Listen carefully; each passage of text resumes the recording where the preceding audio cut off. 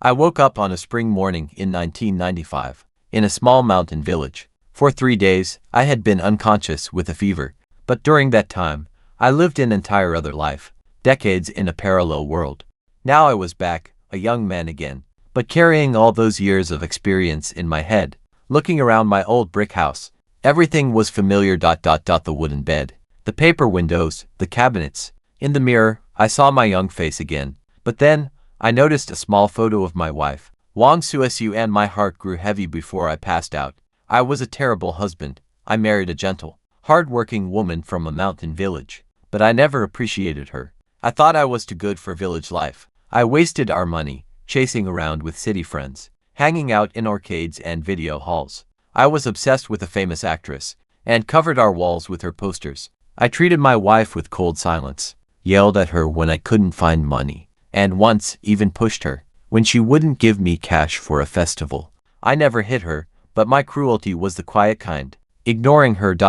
Looking down on her, making her feel worthless. She would cry alone outside, and the villagers noticed. Word reached her older brother, deep in the mountains. He came, beat me up, tore down all the posters, and warned me he'd kill me if I kept mistreating his sister. That beating gave me the fever. That knocked me out for 3 days. Now, with a lifetime of wisdom I didn't have before, I saw everything clearly. My wife was kind and beautiful, a gentle woman with a sweet face and honest eyes. My father, a village postman, had raised me alone. After my mother disappeared when I was 10, he never scolded me, which only made me worse. Nobody in the village respected me. I was known as a lazy, a good-for-nothing who couldn't even hold down a job. That evening, Wang Susu walked in, carrying a basket of coal for the stove. When she saw me standing there, she flinched and dropped the basket. She was absolutely terrified of me. I noticed her hands. They were cracked and blackened from hard labor. It hit me like a physical blow. What on earth had I been doing all this time?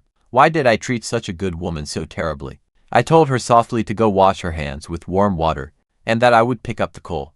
She just stared at me, completely shocked. Then, she lowered her eyes and quickly started to explain, her voice trembling, that she wasn't the one who had called her brother to come over and beat me up. She thought my sudden kindness was only because I was scared of her brother. Nothing more. She sat down on the doorstep and began to weep, and I stood there, my heart heavy with guilt, unable to find a single word to say. That evening, while Susu and I stood in awkward silence, someone called out from the front gate. It was Wang Leishan, the village chief, an old, skinny man everyone called Fifth Uncle. He had come to talk about two things: the annual tax payment, and a land swap between our family and a guy named Chen Erju. Susu was completely confused. She thought we were swapping our land with a different family, one that owned fertile fields close to the village.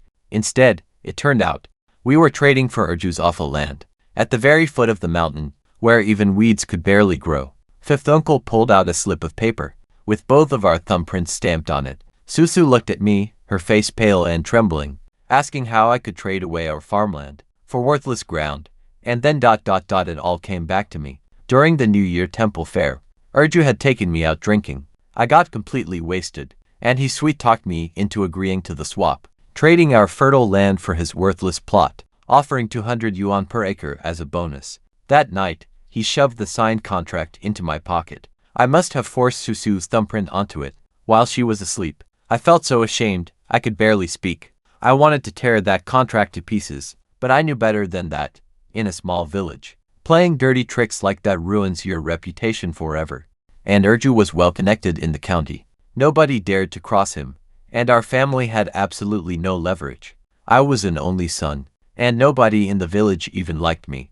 I told Susu not to cry, promising her that I'd go to town tomorrow and talk Erju into canceling the deal. Fifth Uncle sighed and said, we should sort this out quickly, because the government was coming next month to remeasure all the farmland and draw new boundary lines. Before he left, Susu stopped him to hand over the tax money. She went inside and pulled a small, black wooden box from under my pillow. Inside was a thin stack of bills, just barely enough to cover our taxes. But the moment I saw that box, I froze. It was identical, exactly the same as the box I had bought in my dream life, in the parallel world, during the Tokyo Olympics on a trip to Japan. The same shape, the same color, same everything.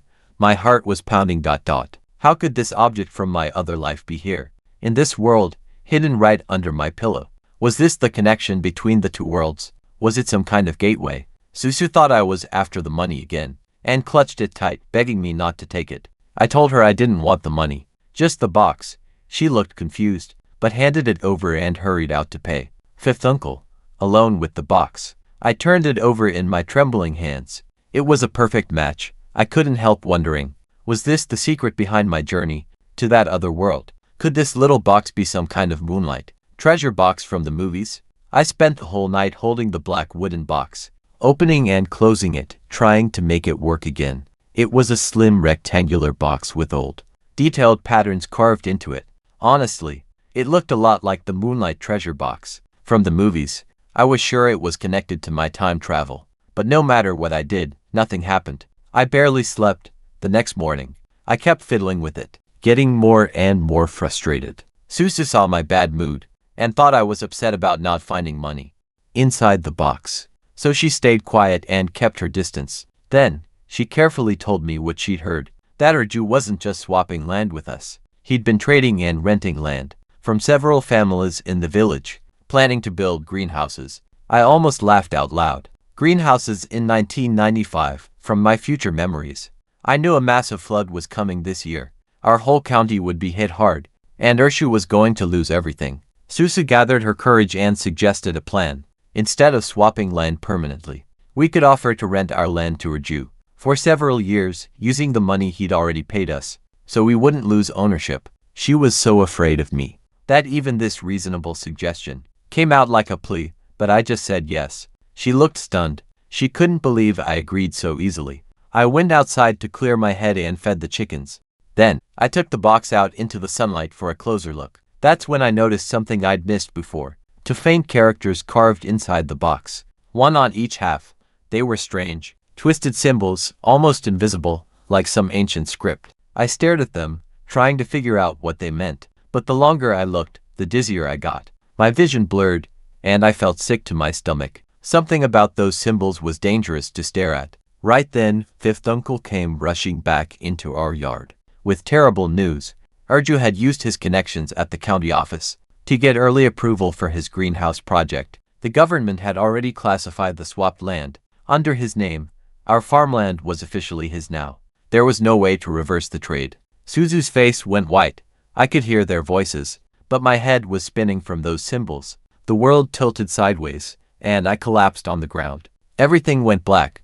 When I opened my eyes, I was surrounded by thick, white fog. In front of me stood a stone tablet, covered in the same twisted writing from inside the box. But now, somehow I could read it. The first two characters were the ones from the box. They meant sun and moon. The full inscription read, Sun, Moon Grotto Heaven. I touched the tablet. It felt smooth and warm, like jade.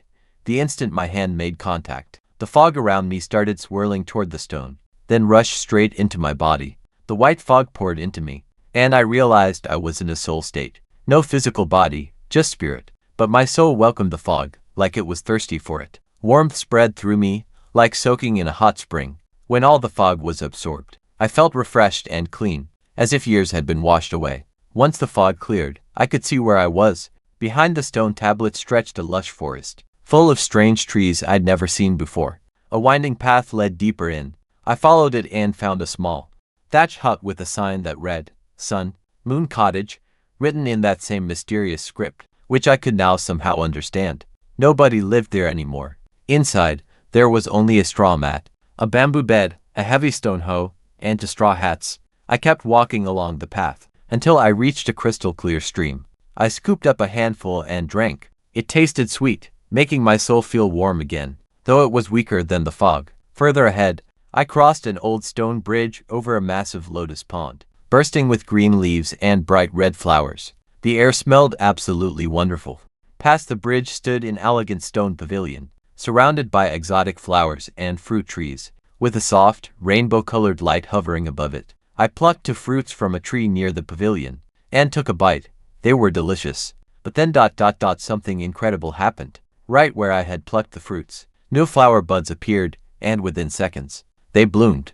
They grew and ripened into fresh fruit again, right before my eyes. I tested everything: different fruit trees, flowers, even lotus roots from the pond. Everything regrew instantly. I ran back to the hut, grabbed the stone hoe, dug some holes, and planted leftover seeds and cuttings. The seeds sprouted into full-grown, fruit-bearing trees. In mere moments, flower cuttings grew into fully blooming plants. This place was like a magical treasure bowl. Everything you took came right back. My mind was racing. Could I bring things from the outside world and grow them here? But then, a much more urgent thought hit me. How do I get out? And the moment I thought, get out. There was a sudden flash of white light, and suddenly, I was lying on a hard bed under a thick, heavy blanket. The walls around me were pitch black with soot, and there were piles of burned paper, ash scattered on the floor right near the bed legs. This wasn't my house. And that burned paper. That's the kind of paper people burn for the dead. Susu must have thought I was dead. I called out, but there was no answer. I got up and went outside. It was pitch black the middle of the night, but strangely, I could see everything clearly. Soon, I heard voices, and saw a group of villagers heading my way, pulling a donkey cart led by Fifth Uncle. When they spotted me standing outside, they stopped in surprise. Fifth Uncle told me I'd been unconscious for over 10 hours. They were just about to take me to the township clinic. He figured I'd fainted from the shock of losing my land for good.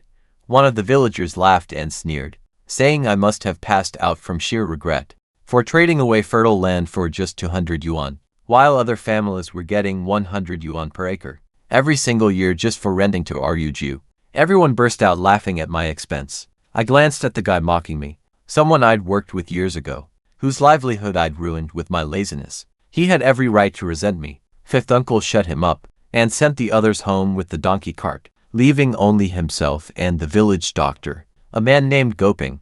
I told them I felt fine and didn't need to be examined. The doctor looked me over and agreed my color looked good. Just then, Susu came running up, clutching a bundle of clothes she'd packed for the hospital. When she heard I was okay, she nearly collapsed from sheer relief. Her eyes were red and swollen from crying. We walked home in silence. Once we were back inside, she quietly began putting the packed things away. She offered to cook some noodles for me, but didn't dare ask why I'd fainted. She had learned that asking sensitive questions only made me angry. I told her I wasn't hungry, which was true. Ever since I left the grotto, my body had felt different. My eyesight was sharper. I could see clearly in the dark, and I wasn't hungry at all, despite not eating all day. Then, I noticed something that made my heart ache. Behind her hair, on her temple, was a dark bruise from the day I had shoved her during the temple fair, and she hit the bed frame. That same night, I had refused to let her sleep in the bed. I reached out to touch the bruise. She flinched, thinking I was angry again. But I asked softly, if it still hurt. She stared at me, completely stunned. Her eyes filled with tears. She mumbled something about boiling water for my feet, and rushed out, wiping her face. But I caught that flash of surprise and hope, in her eyes, and it broke my heart all over again. When she brought the basin, I couldn't hold back anymore. Words were not enough. I picked her up and carried her to bed. After everything I had done, promises meant nothing. I had to show her with actions. Later that night, while Susu slept, I kept traveling back and forth between our world and the grotto, testing my theories first. I brought out a bowl of stream water. In the darkness outside, it glowed faintly, like moonlight on a river. I drank some. It tasted the same, sweet and refreshing, but it didn't give the warm feeling it had when I drank it, while still a soul inside the grotto. After finishing the bowl, my stomach gurgled, and oily sweat seeped from my skin, like my body was pushing out impurities. My injuries from the beating hurt less. I felt stronger, and more alert. I tried a second bowl. The effect was weaker. A third bowl, even weaker. Apparently, there was a limit. Maybe one bowl a day was all my body could absorb. Next, I tested whether things from the outside could grow. In the grotto, I broke off branches from our pear and peach trees. I grabbed some peanuts and dried dates from the house and brought them all inside. I dug small holes with the stone hoe and planted everything within seconds. The seeds sprouted and grew. They bloomed and bore fruit. Full-sized pear trees, peach trees, and date trees appeared right before my eyes, heavy with ripe fruit. The peanuts spread into a small patch. I was absolutely thrilled. This meant I could grow familiar crops in the grotto, things I could actually sell in the real world, without raising any suspicion. The strange plants already growing inside would be impossible to explain to anyone. I knelt down and grabbed a handful of the soil. It was soft and rich, with a faint, pleasant smell I couldn't quite name. I told myself to be very careful. This grotto was an incredible gift, and I had to keep it a secret. But I also noticed one thing. There were no living creatures in the grotto at all. No birds, no insects, no fish. Nothing but plants. Back in the yard, I was about to test whether living creatures could survive in the grotto when I tripped over something. A huge patch of morning glory vines had exploded out of the ground, right where I had dumped that leftover bowl of stream water. The vines were as thick as 2 fingers and covered in blue and white flowers. The water from the grotto had triggered dormant seeds in the soil and made them grow instantly. This got me so excited. If the water could do this to outside plants, then Urju's worthless wasteland might actually be worth something after all. I ran more tests. I poured 1 bowl of water on a patch of ground near the woodpile. Wild grass shot up waist-high in seconds. But when I poured a second bowl on the exact same plants, they didn't grow any further. Instead, they rapidly matured, turned yellow, and dropped their seeds. It seemed the water could speed up a plant's entire life cycle, but only 2 bowls worth would actually work on any given patch. At least, that was the case outside. Inside the grotto, there were no limits, but out here, the magic was strictly capped. Then, I remembered what I had originally set out to test living creatures. Since it was early spring, and still too cold for insects, I headed over to the chicken coop. I grabbed our rooster by its leg, before it could make a single sound, and quickly pulled it into the grotto with me. The bird panicked for a split second, but then quickly calmed down. It flew up onto a tree near the cottage and crowed proudly. So, animals could indeed survive inside. That was a huge relief. By now, I had also figured out exactly how the grotto worked for me. After my very first visit, the black box had somehow merged into a spot right between my eyebrows. I no longer needed the physical box anymore. I could enter and leave the grotto with just a simple thought, and whatever I touched while inside, I could bring out with me just as easily. I put the rooster back in its coop and finally went to sleep. The next morning, I woke up even before Susu did. I wanted to do something special for her, so I replaced the coal in the stove, lit a fire in the yard, and started cooking. I used some peanuts, lotus seeds, and red dates from the grotto to brew a sweet porridge. The ingredients from the grotto gave off an incredibly unique, wonderful aroma that made your mouth water just by standing near it. When Susu stepped outside and saw me wearing an apron, busy chopping vegetables, with a pot of porridge bubbling away on the stove, she just completely froze. I smiled and gently told her to wash her face, and that breakfast was almost ready.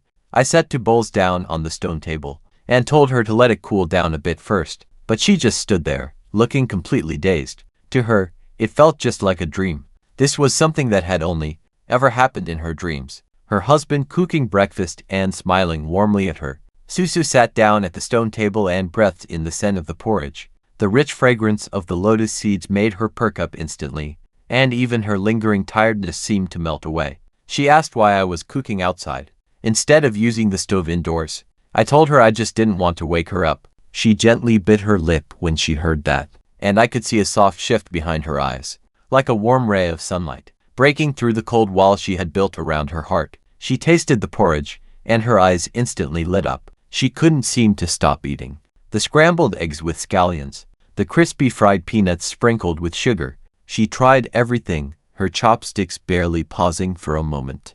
All the ingredients had come from the grotto, including the pure water I had used for cooking. That was why the food tasted so incredibly good. My own cooking skills were nothing special. It was the magical ingredients doing all the work. When she said the food was absolutely delicious, and asked where I had found such amazing lotus seeds, I just smiled and gently changed the subject. She didn't press me for details. She ate until she was completely full, then leaned back, rubbing her belly and complaining softly that it was all my fault for making the food way too tasty. She had never dared to talk to me so casually and comfortably before. The warmth between us this morning had finally melted the icy reserve inside her. I told her I would cook something even better for lunch. She blushed deeply and looked completely flustered. She wasn't used to hearing such kind, ordinary words of care from me. Already, I could see the incredible difference the grotto food was making in her. Her face, which had been so pale and tired when she woke up, was now rosy and bright, and her eyes sparkled with newfound life.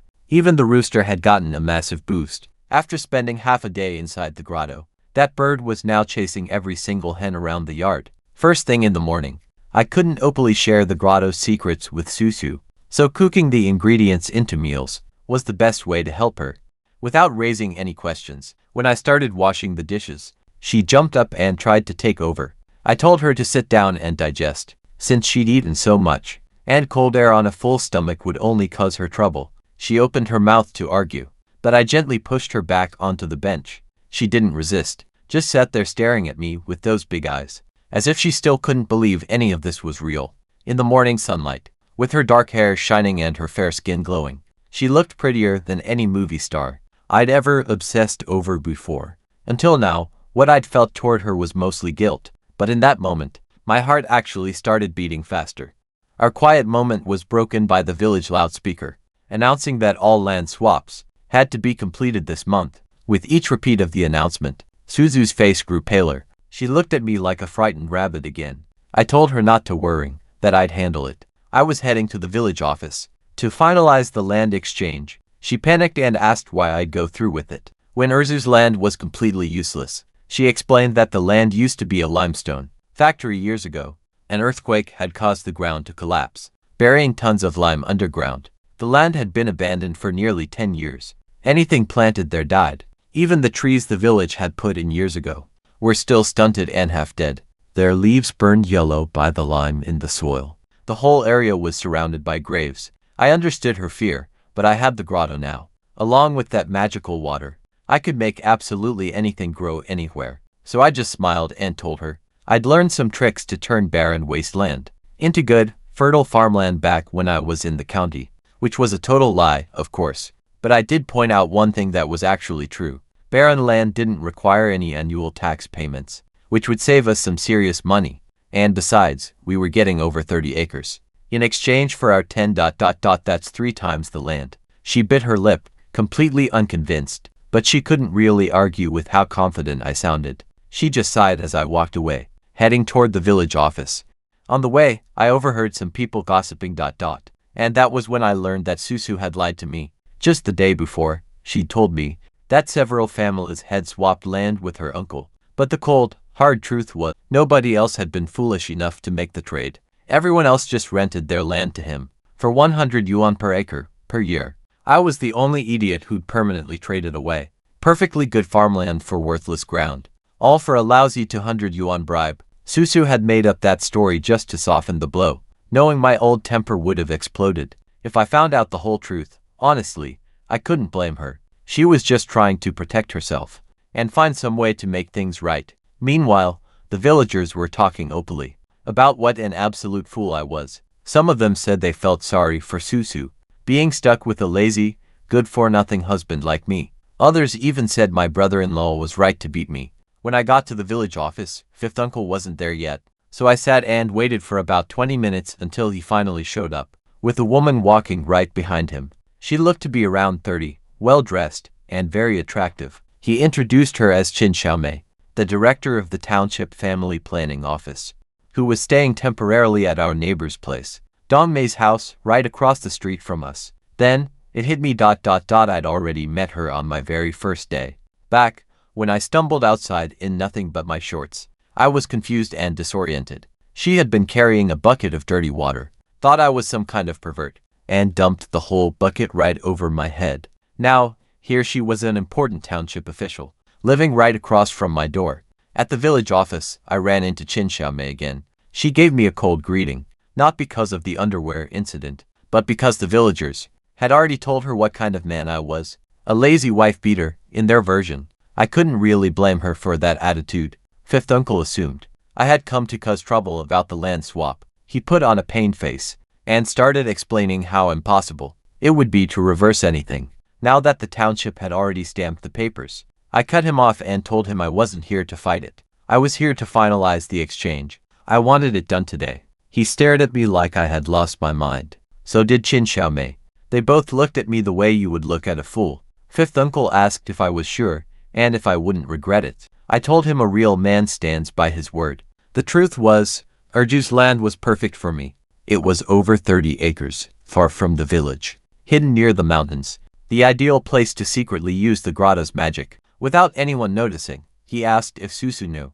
I said yes, she agreed. He didn't fully believe me, but since the township had already approved everything, there was nothing left to argue about. 20 minutes later, the paperwork was done.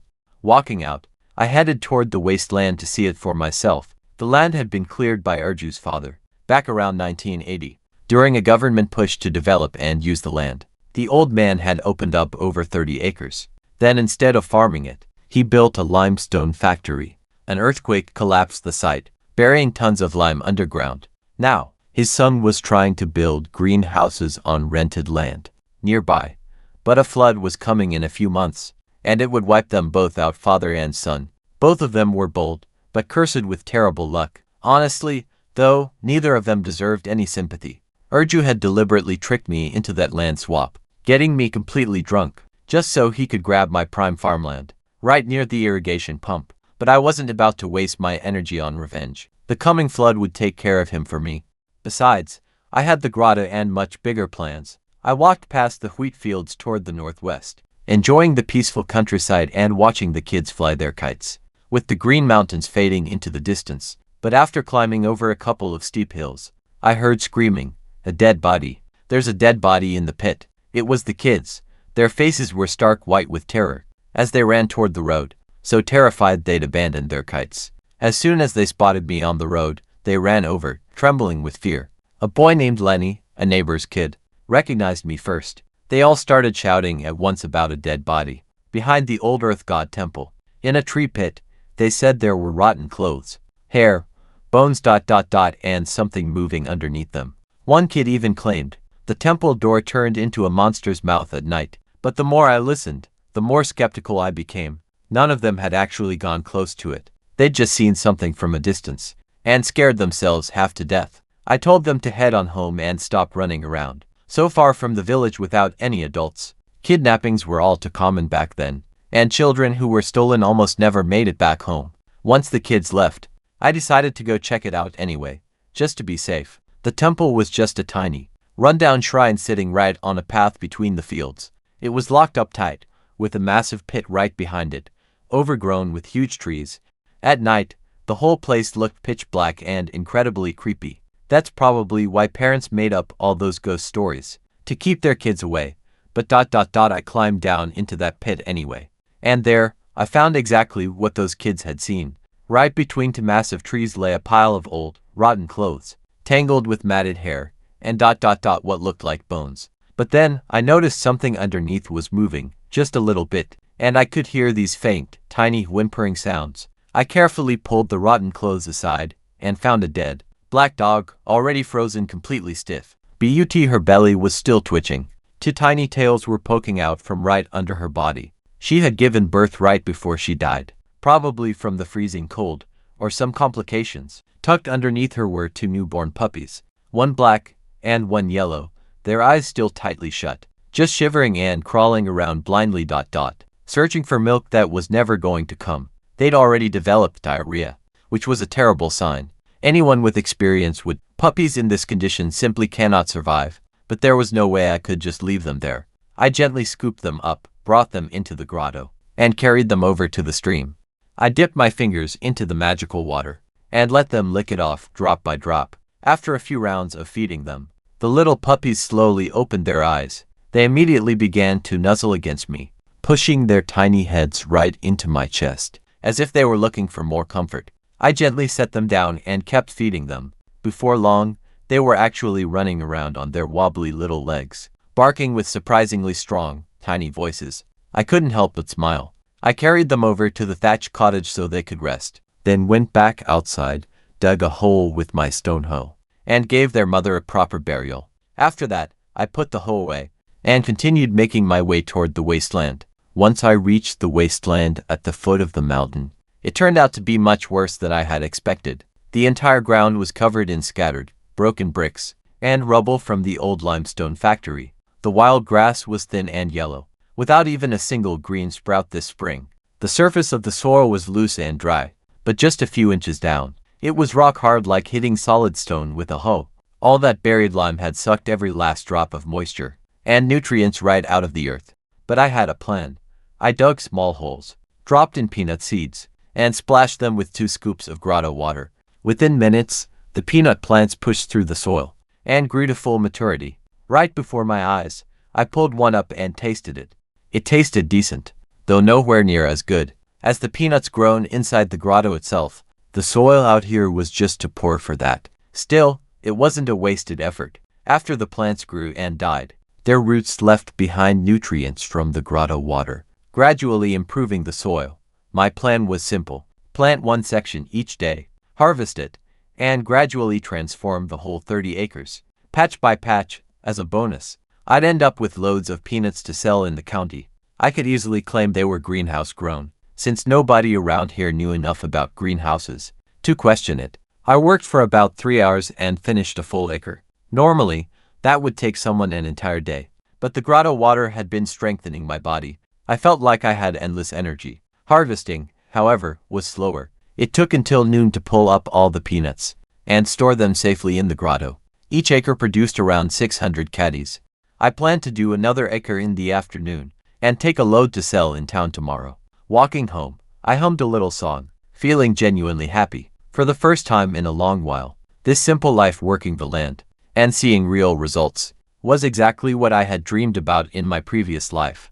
I didn't get home until after 1 o'clock, carrying the 2 puppies I'd rescued from the grotto. They were wide awake now, squirming around and trying to climb onto my shoulders. Susu was sitting in the yard, making shoes.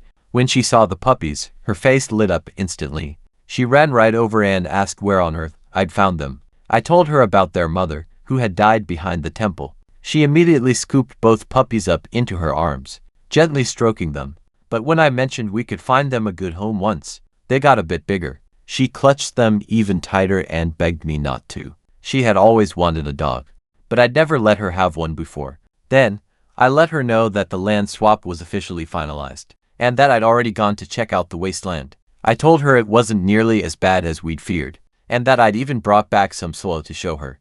I showed Susu the 2 small piles of soil I had brought back, one from the surface and one from deeper underground. She knew enough about farming to tell them apart, and she was genuinely surprised that the deeper soil was actually not nearly as terrible as she had expected. I told her to just trust me, and that I had my ways of making things grow there.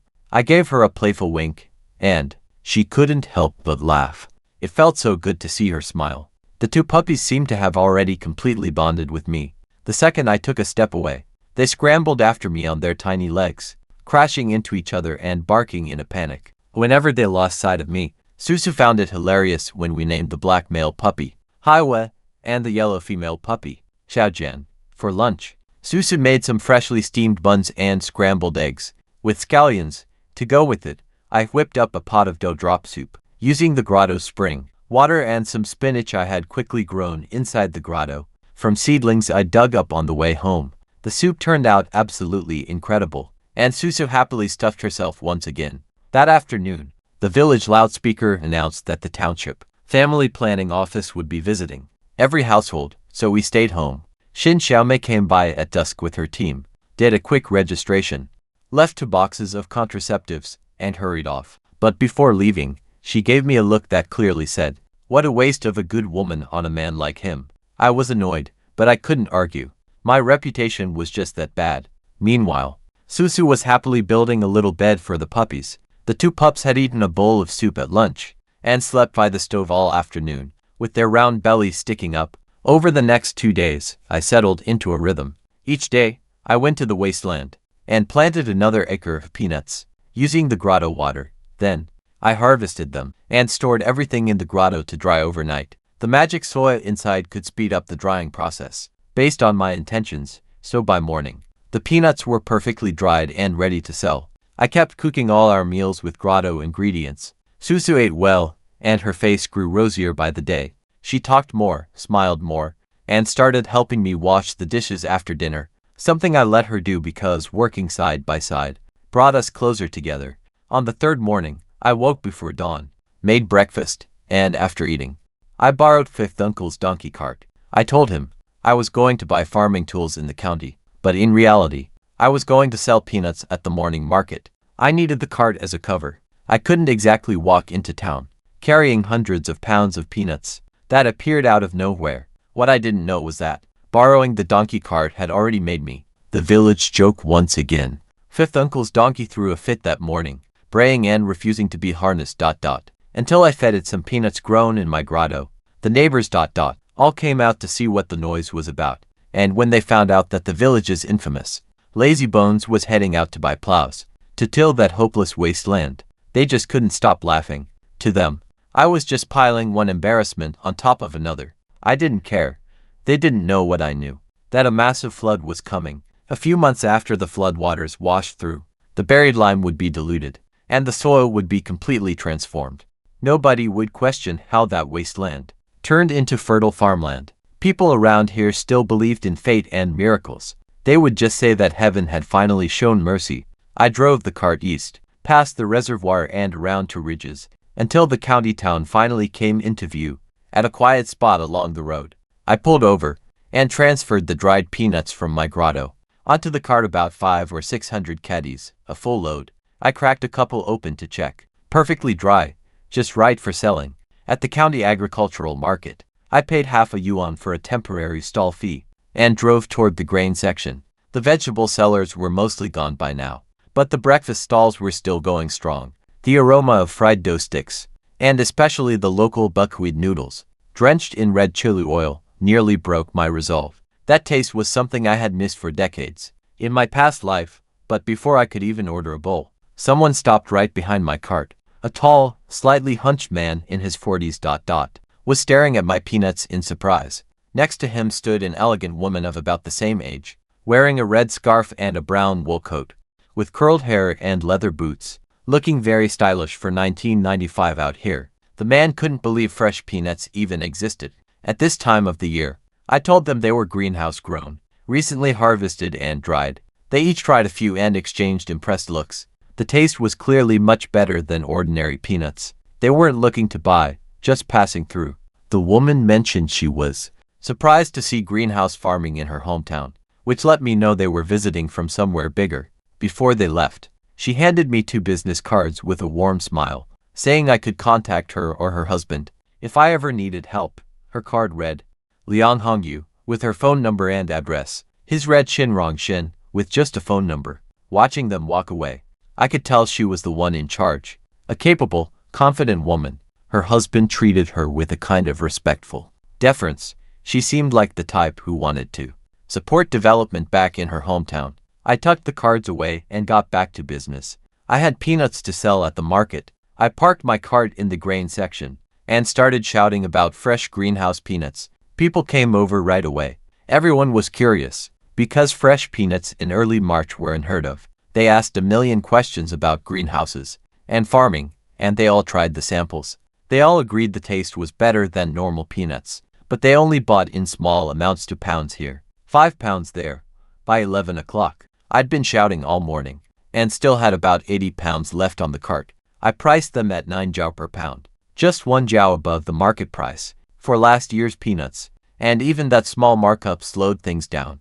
I was disappointed. I had over 2,000 pounds in total from my 3 acres, and at this pace, it would take days to sell everything. I stopped for lunch, and finally got myself that bowl of buckwheat noodles. I'd been craving some noodles with red chili oil pork sauce. They were steaming hot, and worth every single penny. After eating, I fed and watered the donkey, then decided to try a different approach. Instead of going to the retail market, I drove around to the county's oil mills. That changed everything. The very first small oil mill I visited took 300 jin on the spot. The owner tested the peanuts, confirming they were fresh and dry enough to press right away, and told me to come back with more if the oil yield was good. I realized I'd been making a rookie mistake. All morning, these oil mills served restaurants, supply and marketing cooperatives, and grocery stores. Their volume was 10 times what a regular grain shop sold to individual customers. Plus, they made extra money selling the leftover peanut cake to feed mills. Once I understood this, I hit every oil mill in town. By late afternoon, I'd moved over 1,000 jin to the mills, plus what I'd sold at the morning market, which was around 15 jin in total. I counted my stack of blue bills and felt pretty good. Once these shops tested the oil yield, I'd have steady, regular buyers. If the county market ever got saturated, I could always try the township mills. or neighboring counties. With the remaining money, I bought a plow, a harrow, and bags of various vegetable and crop seeds. On my way out of town, I ran into the couple from this morning, Liang Hongyu and Qin Rongxin, sitting on little folding stools by the river, fishing in the cold. She waved and asked if I'd sold everything. Her husband was curious why I'd chosen to grow peanuts in a greenhouse instead of vegetables or fruit. I made up a story about just having some leftover space after planting my other crops, and just tossing in some peanut seeds to fill the gaps. Mr. Chin then asked what else I was growing in my greenhouse. Without giving it much thought, I rattled off the seeds I'd just bought: tomatoes, green beans, cucumbers, eggplants, peppers, garlic sprouts, watermelons, grapes, and even honeydews and cantaloupes. His jaw dropped, and he asked just how big my greenhouse was, and how on earth my family managed to run all of it. I just shrugged and told him it was my first year, and that I was only planting small amounts of everything to see what would sell best. But when they asked where I was originally from, I panicked a little. I quickly blurted out the most remote township I could think of: Fumli Town, over by Yun Valley. Talk about bad luck! Liang Hongyu's face lit up instantly. As it turned out, she had been sent there in her youth, during the Down to the Countryside movement, and she still knew plenty of people in the area. Calling us half-neighbors, she got quite emotional, asking me all about the old ancestral hall and the temple up on the mountain. I had to desperately cobble together whatever tiny fragments this body's memories still held about the place. Tears welled up in her eyes as she squeezed her husband's hand, talking about how much she wanted to go back and visit. But honestly, something about the two of them struck me as really odd. Mr. Chin treated his wife with extreme deference, even using the formal you with her, just like a secretary addressing a boss, rather than a husband talking to his wife. Whatever her background actually was, she clearly carried some serious weight. While we were chatting, one of the fishing rods suddenly bent hard. Something massive had taken the bait. Mr. Chen was struggling to reel it in, so I stepped in to help. But it wasn't a fish at all. It was a huge, ancient turtle, nearly the size of a wok. It probably weighed 8 or 9 jin, since it was still early in the spring. Turtles were sluggish after hibernation and incredibly hungry, which made them much easier to catch. Mrs. Liang insisted that I take the turtle home with me. She said they wouldn't know how to cook it, and it was too heavy for them to carry anyway. I tried to refuse, but she wouldn't hear of it. She said we were practically neighbors, and there was no need to be so polite. I gave in and loaded it onto the donkey cart. Before leaving, I handed them a bag of peanuts and told them that fresh ones were best boiled. I said goodbye and headed home, wondering who those two really were. Once I was out of town and alone on the mountain road, I brought the old turtle into the grotto. The moment she entered, she perked right up. Turtles love warmth, and the grotto's mild climate was absolutely perfect. I checked her over. A round shell, a short tail. She was a female. Good. I could find her a male later and let them breed. Behind the cottage, I dug a square pit about 3 feet wide with the stone hoe, filled it with stream water, and dropped her in. She sank down happily, her eyes half closed, bubbling contentedly, with just her head poking above the surface. As I drove along the reservoir, I started planning ahead. When the weather warmed up, I'd get some fish fry and raise them in the grotto, too. I could dig a bigger pond, maybe even grow lotus flowers on the wasteland. Once the soil improved, something pretty for Susu to enjoy, since she couldn't see what was inside the grotto. I also thought about the beautiful lotus pond, already inside the grotto. I decided not to put any animals in it for now. That water was our drinking supply, and the last thing I wanted was a turtle fouling it up. By the time I reached the village, the sun was setting and smoke rose from every chimney. My cart held the farm tools I'd bought, plus bundles of fresh greens, and bags of peanuts I'd pulled from the grotto, disguised as things purchased in town.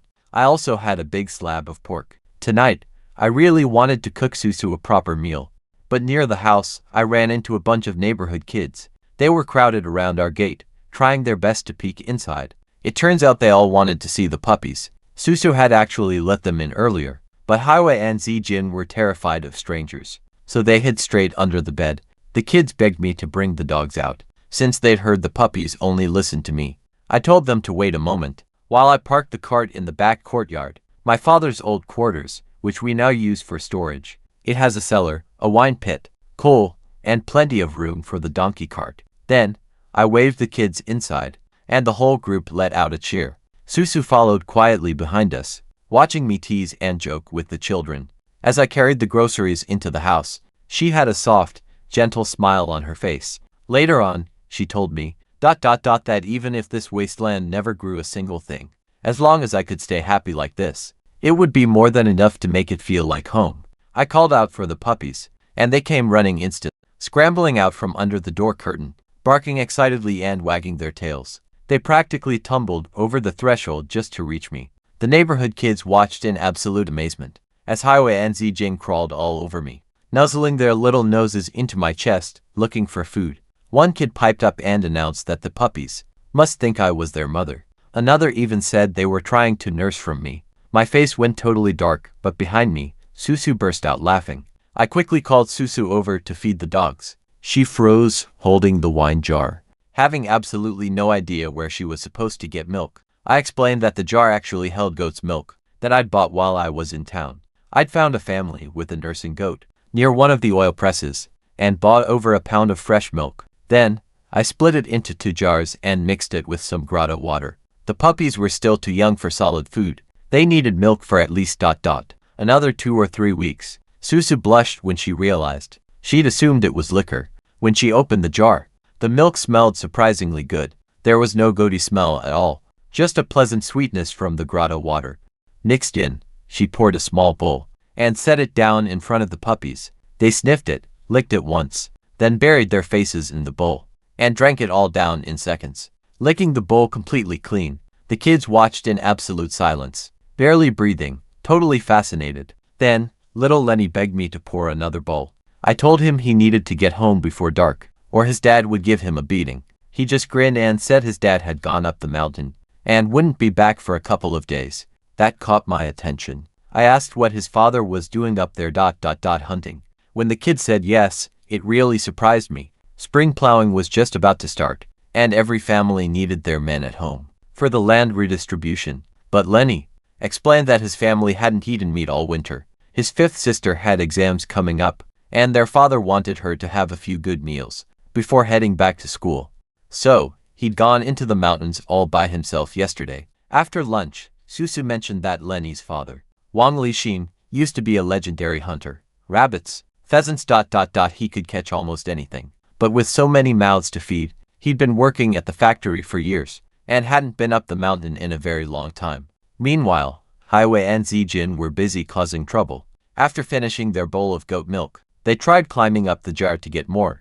When Susu pulled them away, they started yapping and nipping at her pants. I walked over and flicked each of them on the head, scolding them for being so ungrateful. Instantly, they went quiet, tucked their tails, and crept over to me with sad, little whimpers, pressing themselves against my legs, as if they were begging for forgiveness. Susu was completely amazed. Puppies this young shouldn't be able to understand words like that. I had a feeling the grotto water was making them smarter. After Susu gently told them it was okay, and patted their heads, they rolled right over to play with her, then trotted back to me, with a completely different attitude. Their eyes were soft, their whines gentle. The contrast was startling. These were definitely not normal puppies. Of course, the kids just kept teasing us, saying the dogs thought I was their mama.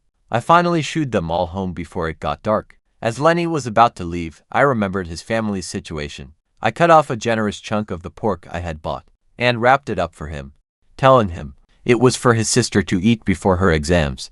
At first, the boy refused, saying his dad taught him never to take handouts, because those are always the hardest to pay back. Stubborn kid. I told him I would need his help with something soon, so it wasn't a freebie. That seemed to convince him. He puffed out his chest proudly, promised he would do an amazing job with whatever I needed, and then ran off with the meat. I turned to Susu and told her that Lenny's father had been a big help to us during our wedding, and now his family was going through a tough time, with too many kids and a back ruined from factory work. We should really help them out wherever we can. She looked at me quietly for a few seconds, then softly said, yes.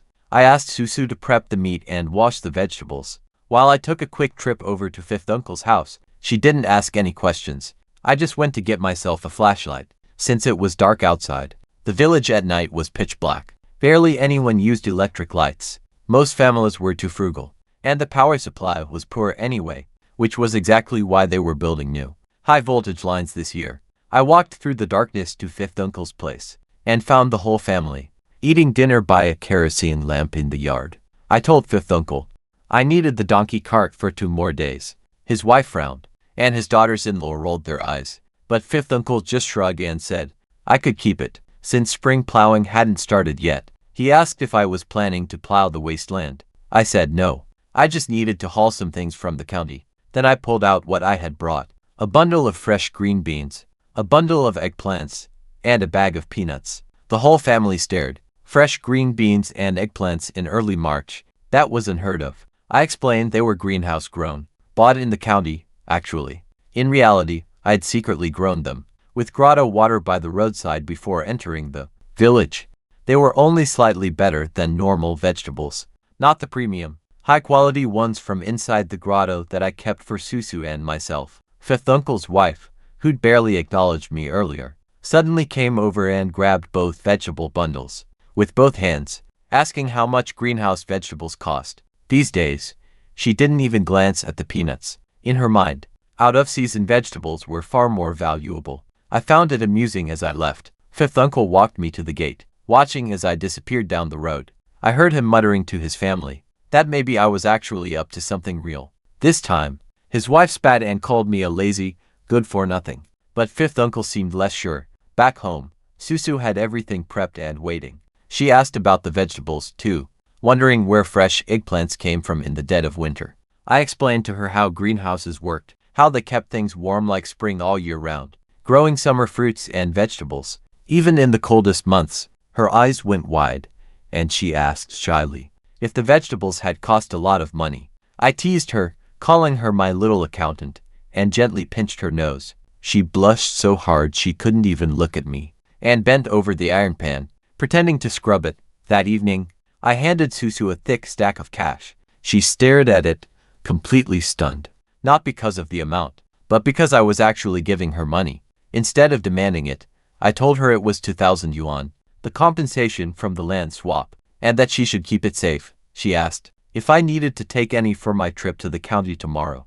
I told her I had more than enough on me. In truth, half of that stack was actually the money from selling peanuts, because the original 2,000 yuan from Urju had already been half squandered by my old self in less than 2 weeks. Back in 1995, a mountain family could live for an entire year on just 1,000 yuan.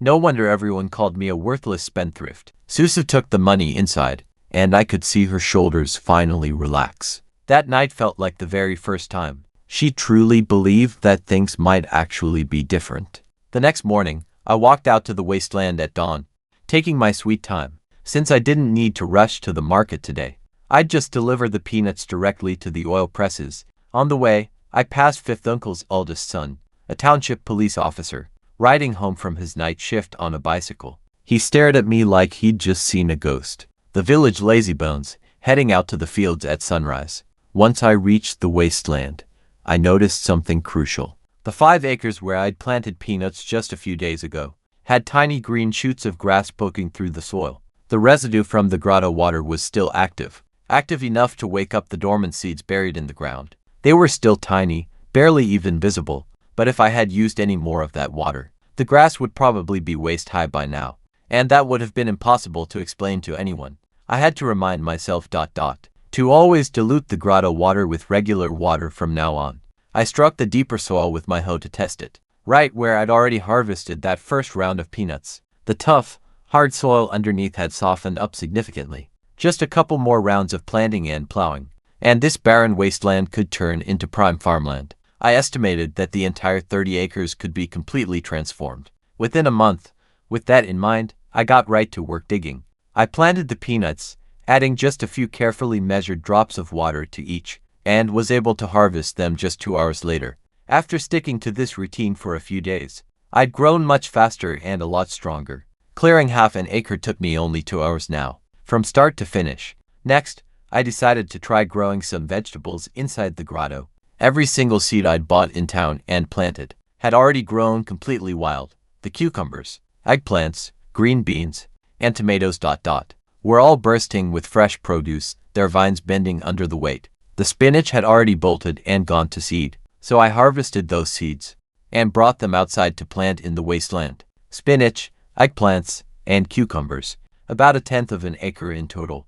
With the magic of the grotto water, everything grew beautifully. Even if it wasn't quite as spectacular as it was inside the grotto itself. I picked a fresh cucumber straight off the vine and took a bite. It was incredibly crisp and fragrant, way better than any ordinary, store-bought greenhouse cucumber.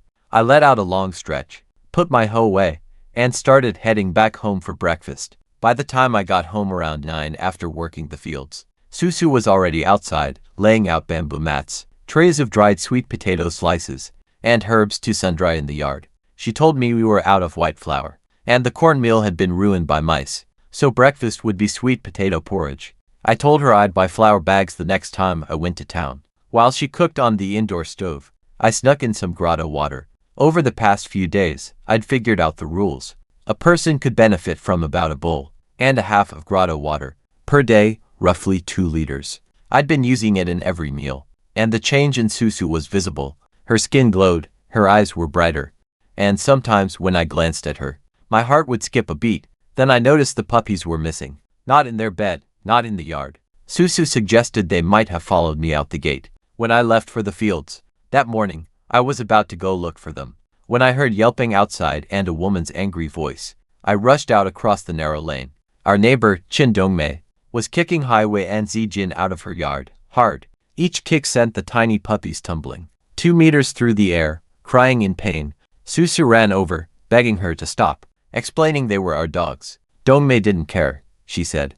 The filthy mutts had gotten into her chicken coop, and she'd kill them next time. Susu tried to argue, but Dongmei was a nasty bully, sharp-tongued and mean. She sneered that she'd drown the dogs in the outhouse pit. Susu was shaking, close to tears. No match for this woman's viciousness. I've been watching with a cold face since the kicking started, when Dongmei threatened to drown our puppies and mocked me as a useless nobody. I stepped forward, grabbed her by the neck with one hand, and lifted her off the ground like a chicken. I carried her to the edge of her own outhouse pit and shoved her face down toward the black sewage until her nose was nearly touching the surface. The foul stench made her gag, with snot and tears streaming down her face. Susu pulled at my arm, begging me to stop, but I could see that old, familiar fear in her eyes. She was remembering the violent, angry man I used to be. That look softened my heart. I sighed and let the woman go. Dongmei collapsed on the ground, retching and coughing between heaves. She screamed that her husband, Wang Chanyuan, would make me pay for this. I ignored her completely and walked Susu back to our yard. But at the door, I turned back and said one last thing. She could curse me all she wanted.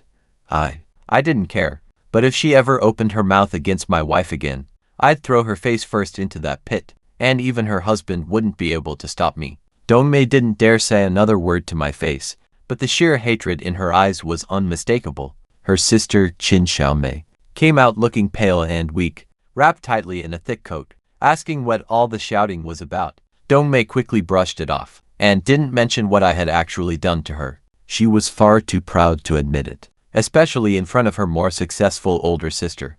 Back inside, Susu was sick with worrying. She gently reminded me that Dongmei's sister ran the township's family planning office, and her husband worked at the township clinic. They had powerful connections and could easily make trouble for us. I told her it was nothing to worrying about, but her anxiety was very real. She had seen how someone got her Jew arrested years ago simply by pulling strings behind the scenes. Yet, underneath all that worrying, I could tell she was feeling something new.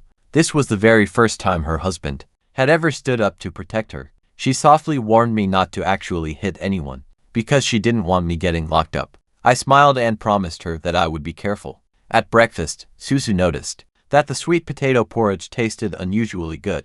I had quietly added a splash of grotto water when she wasn't looking. Meanwhile, I fed the puppies their goat milk myself. After that awful kicking, Highway and Zijin were far too shaken to let anyone but me touch them.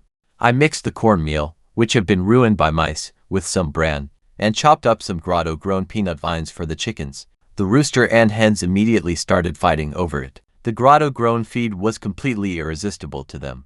After breakfast, I hitched up the donkey cart and headed back to town. Once I was past the reservoir and out of sight, I loaded the cart up with a fresh batch of dried peanuts from the grotto. The spring weather was absolutely beautiful. The sun was warm, birds were singing everywhere, and wild rabbits were darting through the bushes. I sat back on the cart, singing folk songs, feeling genuinely happy. My plan was to sell the peanuts to the local oil presses, and then spend the afternoon fishing by the river, hoping to maybe catch another turtle for my grotto. At the first oil press, the owner, a stocky, round-faced man named Lu Xingting, greeted me warmly. He told me my peanuts had tested exceptionally well for oil yield, and that he wanted to buy the entire cartload at 9 mao per jin. But I had kept this batch in the grotto for an extra 2 days, so the quality was even better than before. I told him to inspect the goods first. Before we discussed the price, I wanted to push for a better deal. I knew every oil press in town was running critically low on peanut stock, and they wouldn't be able to hold out until the autumn harvest. Lu Xingting tasted the new batch, and his eyebrows shot up. This is even better than last time. He offered to raise his price by 5 fun, making it 95 fun per jin, but I shook my head. I told him, this quality is at least 2 grades above normal peanuts, and 5 fun just isn't enough. I asked for 1 yuan and 10 fun per jin. He pushed back hard, saying that such a price was unheard of, even in the city. But I knew his real secret. My peanuts didn't just yield a lot of oil. They produced oil that tasted noticeably better. He had already used it at home that morning, and his family had wiped their plates clean. I also promised him a year-round supply, as much as he wanted anytime he needed it. That was my leverage. After some back and forth, he finally gritted his teeth and agreed to 1 yuan and 10 fun. He ordered 3,000 caddies right on the spot. I spent the entire morning hauling 5 cartloads back and forth. By early afternoon, the deal was done. With 3,300 yuan in my pocket, he also gave me 2 jars of oil, pressed from my previous batch, and 2 more jars of goat milk. I treated myself to lunch at a decent restaurant. 2 liang of liquor, some pork liver, and a bowl of hand-pulled noodles. After eating, I bought a fishing rod at a department store, planning to try my luck at the river south of town. That's when I heard a motorcycle pull up behind me. It was Kun Erju, the very man who had tricked me into trading away my farmland. It was the first time I'd seen him since waking up. He was riding a rattling motorcycle, with a woman clinging tightly to his waist, Sun Yanhong, his mistress, a heavily made-up, older woman, who ran a trucking company in town. Her brother was a powerful local figure, and one of Erju's main backers. Erju laughed, asking why I was still driving a donkey cart around the county. He bragged about having trucks available through Red Sister anytime I needed them. Then, he got to the point. His greenhouses were about to start construction in a few days, and he wanted me to come help with the manual labor. I smiled and played along, but inside, I was thinking about the flood coming in a few months, the one that would wash all of his grand plans away. A Jew wanted me to help build his greenhouses and guard the construction site at night. Basically, he wanted free labor, dangling the same old carrot, promising that once the greenhouses were finished, he'd get me a job at the sand quarry. He even suggested I sleep in a tent out on the field, so I wouldn't have to go home to my nagging wife. I almost laughed. This was exactly how he used to manipulate the old me, waving that quarry job in front of me like a golden ticket, while getting me to do whatever he wanted. The old Qinling had idolized a Jew's lifestyle, a rich older girlfriend, an easy position at the quarry, and nights spent at dance halls and fancy restaurants. To my younger self, that looked like the ultimate success. But in reality, quarry workers were treated little better than indentured laborers. But back then, I'd been too naive to see it. So, I played dumb. I sighed heavily and told him I just couldn't help right now. I told him my wife's family was causing trouble, and things were really messy at home. I said I was incredibly stressed. I really laid it on thick. Aju got irritated and accused me of holding a grudge, because he hadn't gotten me into the quarry yet. Then, he launched into a brand new promise. He said some old guy who operated a sand barge was retiring soon, and Aju swore he'd slot me right into that position. I didn't take the bait. Instead, I turned it right back on him. I told him that we were family, that I'd always trusted him completely, and asked if he really thought I was that petty. This caught him completely off guard. He'd been all geared up to argue, but my sweet talk completely derailed his approach. He stammered and quickly backtracked, saying he actually felt guilty for not helping me sooner. I kept the act going, sighing again, about how much better quarry life was compared to farming. I asked him to please keep me in mind for that position, and told him I'd thank him properly someday. Every sentence sounded grateful and eager, but not a single word actually committed me to anything. After I drove off, I could easily imagine the scene behind me. Sure enough, his girlfriend, Sun Yanhong, had been watching the whole exchange silently. She probably told him straight, "That kid just talked circles around you. He said 100 nice things and agreed to absolutely nothing." Arzu must have stood there, realizing he'd been handled, and unable to understand. When the village fool had learned to be so slippery, behind me, Arzu and his girlfriend were probably still fuming. Sun Yanhong had noticed right away that I hadn't fawned over her the way I used to. The old me would have been tripping over himself to impress her, hoping she'd put in a good word for me. This time, I barely even looked at her. That small change alone told them something was different. Arzu was cursing about losing his free labor for the greenhouse construction. Now, he'd have to actually pay someone. But I'd already forgotten about them. I drove the donkey cart to the south bank of the sandy river around 4 in the afternoon. Not a soul in sight. I parked under a willow tree and walked to the water with my new fishing rod and a bucket. A flock of ducks burst out of the dry reeds and splashed into the river, quacking loudly as they paddled away. I sat on a big rock and baited my hook with a special mix, bean cake and wheat bran, soaked overnight in grotto water. It was amazing stuff, but 20 minutes passed, and I caught nothing but tiny fish. The ducks must have scared everything away.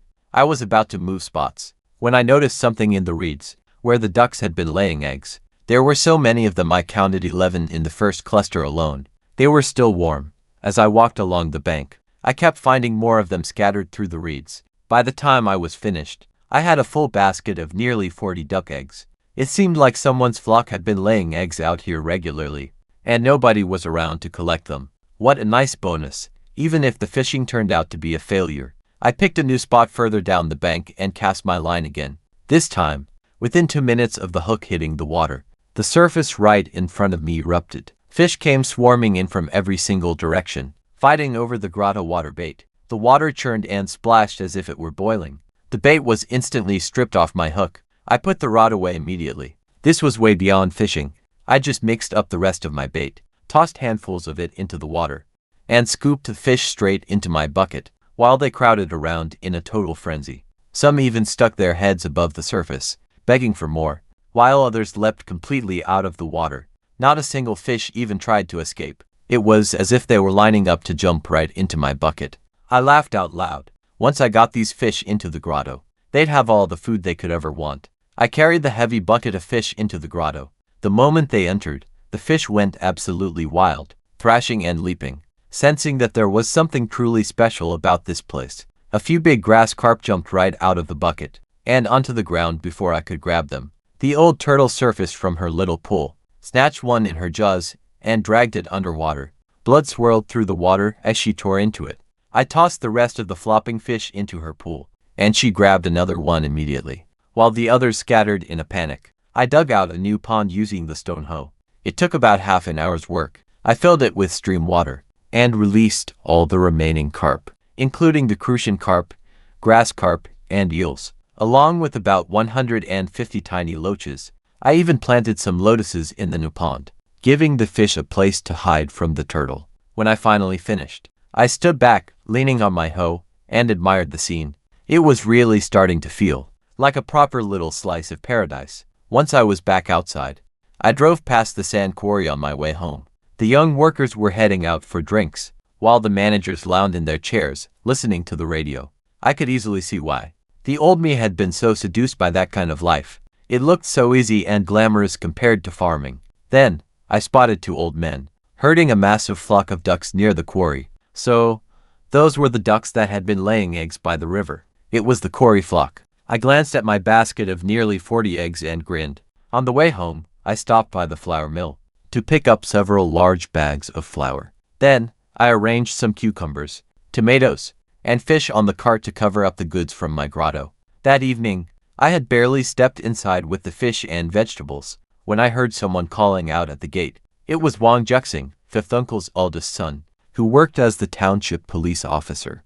This was highly unusual. He was an educated man who kept to himself and almost never visited anyone. He came in carrying a basket covered with a blue cloth and explained the reason for his visit. His wife had been struggling to produce breast milk after the birth of their second child. The baby was growing thin and weak on formula. But yesterday, after she ate the peanuts I'd given his father, she suddenly started producing milk. It was so abundant that it soaked right through her clothes and bedding. They had spent months trying all kinds of medicines and folk remedies, with absolutely no results, but now, my greenhouse peanuts had done what nothing else could. He wanted to trade a basket of eggs for more peanuts. I pushed the eggs back, and filled a big sack with peanuts for him instead. I told him not to worry about payment. His wife needed to eat well, for the baby's sake. Susu backed me up, saying neighbors shouldn't be keeping score like that. To be honest, I was pretty surprised. These peanuts were only grown outside, watered with diluted grotto water. Not even the premium stuff from deep inside the grotto. But apparently, even that tiny trace of magic was enough to have real medicinal effects. Still, Rushing insisted on leaving the eggs, saying it wasn't right to take such expensive, greenhouse-grown peanuts for free. I told him that if we kept score on every little thing, I'd be far too embarrassed to ever borrow his family's donkey cart again. That completely stumped him. He finally gave in and set the eggs aside. Then, he offered to help me plow the wasteland, since he had some free days during this half of the month. I accepted. After all, in village life, favors are meant to go back and forth, and that's exactly how you build real friendships. We chatted for a while until it started getting dark. Just as Rushing was leaving with the peanut sack, Highway and Zijin suddenly charged out of their little dog bed and started barking at him. Then, in perfect teamwork, they grabbed the corner of the peanut bag with their teeth, trying to drag it back inside. With their tiny little bottoms in the air, they pulled with all their strength. Rushing was amazed. He said, "That for puppies this young, guarding food like that was truly extraordinary. They'd make fantastic watchdogs." He looked them over carefully and guessed they might be Hodo Huangs, a famous local hunting breed from our border region, known for their loyalty and fierceness. Apparently, the purebred ones are either solid black or solid yellow, exactly like our two. I laughed and said I didn't care about the breed. Susu liked dogs, so we keep them. She smiled sweetly at me, while holding both puppies in her arms. Rushing noticed something between us. He stared for a moment, unable to quite put his finger on it, but something about the way we acted together seemed off from what he had expected. When he got home, he told his wife that Susu and I seemed like a loving couple, nothing like what the village gossip described. His wife, Ling, scoffed, saying a leopard doesn't change its spots. My father had been fooled by my mother his whole life, and I was just putting on an act. She did admit the peanuts had worked miracles for her. Milk, though. Apparently, the fifth uncle's wife had kept most of the vegetables that I'd given them for the younger son's family, and only reluctantly passed the peanuts along to Rushing's household. Family politics, even in the village chief's house. That evening, I cooked 3 dishes: cucumber with eggs, sweet and sour fish, and braised pork strips. The pork was ordinary, but fried in the oil that Rushing had pressed from my peanuts. Even plain meat tasted incredible. I ate 5 big steamed buns, plus most of the leftovers. Susu was shocked. She put her hand on my stomach and found it wasn't even bloated. The grotto had been changing my body, without me fully realizing it. She was changing too, just more slowly. That night, Susu was washing up and complained about sweating constantly. I joked about the warm weather, forgetting she was on her monthly cycle. She blushed and scolded me for forgetting. Then, I offered to help wash her back. The next morning, it rained. I held Susu close in bed, telling her to sleep in. Rainy days were made for exactly that. The rain lasted for 2 days, and we stayed home, cozy and warm, listening to it patter on the roof. When it finally cleared, just before the spring equinox, the world had transformed. Fresh grass sprouted along the south wall. The peach and pear trees budded, and Suzu's potted begonias swelled with flower buds. Spring had arrived. For lunch, I made fish stew again, using those small fish from the grotto, cooked in a pot with flatbread, stuck around the rim to soak up the rich broth. I had made it once while it was raining, and Susu had loved it so much she asked for it again. The fish were just finger length, taken from the bucket I had left in the back courtyard. As a cover, Susu never once questioned where they came from. While we waited for the bread to cook through, I could hear Dongmei outside our gate, clipping buds from the Chinese tun tree. Her little daughter caught a whiff of our cooking and said, "How wonderful it smelled." Dongmei completely exploded, dragging the girl home by her collar, cursing about how we ate fish and meat every single day. like city folks, and would soon have absolutely nothing left. She slapped the child several times. But her sister, Xiaomei, rushed out and pulled the crying girl away, scolding Dongmei for taking her anger out on a child. The yelling and crying carried right into our yard. I had no idea what had set her off this time, but Susu quietly explained. Dongmei's husband hadn't come home in 2 weeks, not even when it rained. The village. Women were gossiping that he was keeping another woman on the side.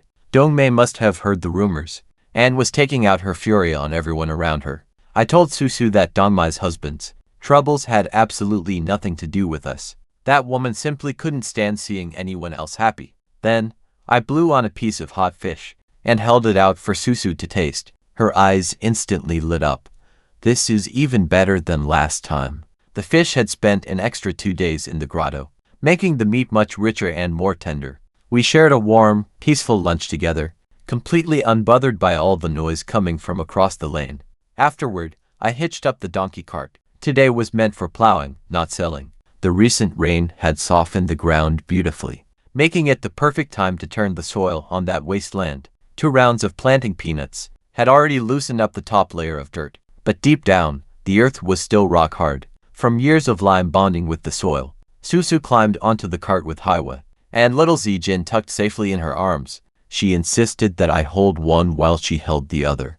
I laughed and took Haiwa in one arm, steering the donkey with my other hand. Zijin squirmed and barked, terribly jealous that her brother got to sit in my lap. Susu giggled the entire way. The villagers stared at us as we passed by. They just couldn't believe their eyes. The village's most famous lazybones, actually taking his wife out to the fields, and both of them laughing and looking so happy. Some whispered that I must have been hexed, while others said that the beating from my brother-in-law had finally knocked some sense into me. But mostly, they just mocked us, ridiculing the idea of plowing that worthless wasteland. Past, the village, the countryside, was vibrant and alive after the rain. Green wheat was sprouting, and the grass was growing, with the clean scent of fresh mud filling the air. Susu suddenly pointed and squealed with delight at 2 wild rabbits chasing each other along a ridge. I watched them for a moment, then realized they weren't actually fighting. They were mating. I quickly covered the puppy's eyes, and joked that this was definitely not appropriate for children. Susu turned bright red once she understood, and pinched my ear.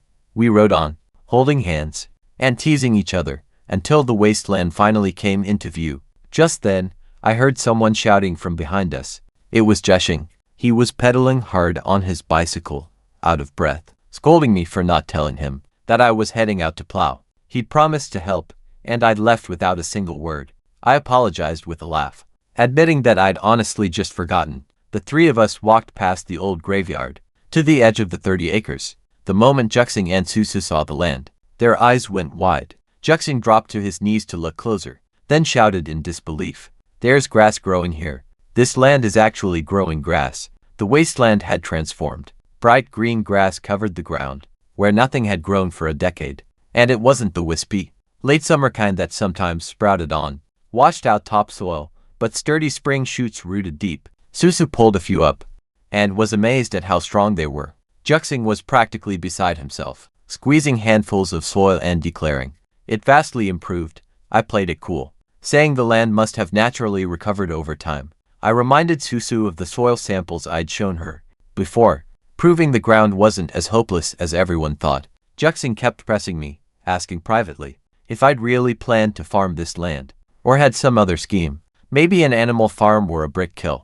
I deflected everything with a smile. I couldn't exactly tell him. I was waiting for the summer flood to wash away the remaining lime, and turn the whole place into proper farmland overnight. He turned out to be surprisingly fun company. While we plowed, he gossiped about Dongmai's husband keeping a mistress at the township. He even offered to point the woman out. The next time I visited, under that stern, educated exterior, Juxing was a natural gossip. It made me like him even more. He reminded me of friends from my past life. We worked hard all afternoon, with the donkey pulling the plow. In 4 hours, we had turned over 2 acres. Not bad at all, especially since the land was mostly flat. Urju's father had leveled it out when he built the limestone factory. Susu and I followed close behind with rakes, breaking up the larger clods of dirt. Haiwa and Zijin ran in circles around us, barking at the resting donkey the entire time. and dodging Rushing's attempts to pet them. They had grown so fast on the grotto water and goat's milk, even though they were only 2 weeks old. They were already such energetic little bundles of muscle. As the sun began to set, we packed up and headed home. I invited Rushing to stop by for some more peanuts for his wife, and he agreed without any hesitation. After spending half a day working and chatting together, we had truly become close friends. But when we reached my gate, someone was already there, waiting for us. A man sat on the stone step, smoking a pipe, while a little boy crouched nearby, playing with marbles. It was Wang Lixian and his son, Lenny. Lenny jumped up before his father could even speak. They had brought us some wild game from the mountains. Wang Lixian stood up, and I finally saw what he had been hiding. 2 wild pheasants and 2 large rabbits, tied up with grass rope, along with a bamboo basket full of large, green-shelled eggs. He wasn't even sure if they were from wild ducks or some other bird. Lixian was my distant cousin, and he had always been like an older brother to me. He had helped my family so many times in the past, and had even helped resolve a major issue during my wedding. But after years of watching me waste my life away, he had eventually given up on me. Yet, here he was. He was a thin, weathered man wearing faded work clothes, with messy hair and a thick layer of stubble on his face. He looked incredibly worn down, but there was still a quiet toughness in his eyes. I knew the real reason he had come by. He wanted to return the favor for the pork I had sent home. With Lenny, I didn't want to make a big deal out of it, so I simply grabbed his arm and announced we were having dinner together, him, Juxing, and me. But Juxing tried to leave, saying his wife was waiting. But I grabbed his bicycle and wheeled it into the yard. Before he could even argue, neither of them was getting away. Susu played her part perfectly, scolding me for not helping Lixian carry his things. Since his back was bad, I rushed over, apologizing profusely. And just like that, the ice was broken. Lixian watched Susu and me interact, and couldn't hide his surprise at how well we got along. He tried to leave again, using his bad back as an excuse not to drink. I told him we'd just eat then. Absolutely no excuses. When Susu chimed in, bragging about my cooking, both men froze.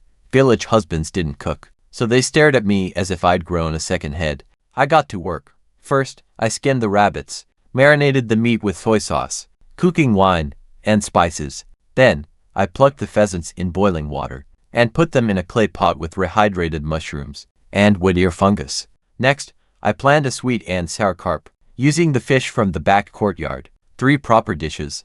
Even before they were fully cooked, the rich aroma had Juxing drooling even more than Lenny. He sent the kid to buy cigarettes with his own money, telling him to keep the change for candy. Lenny bolted into the dark with my flashlight, and came back soon after with the cigarettes and a stick of malt candy. He'd bought 2 milk candies as well, but gave them both to Cease, the shy little girl in the red coat. He had found her crying outside her house, too scared to go in after her, and scolded her yet again.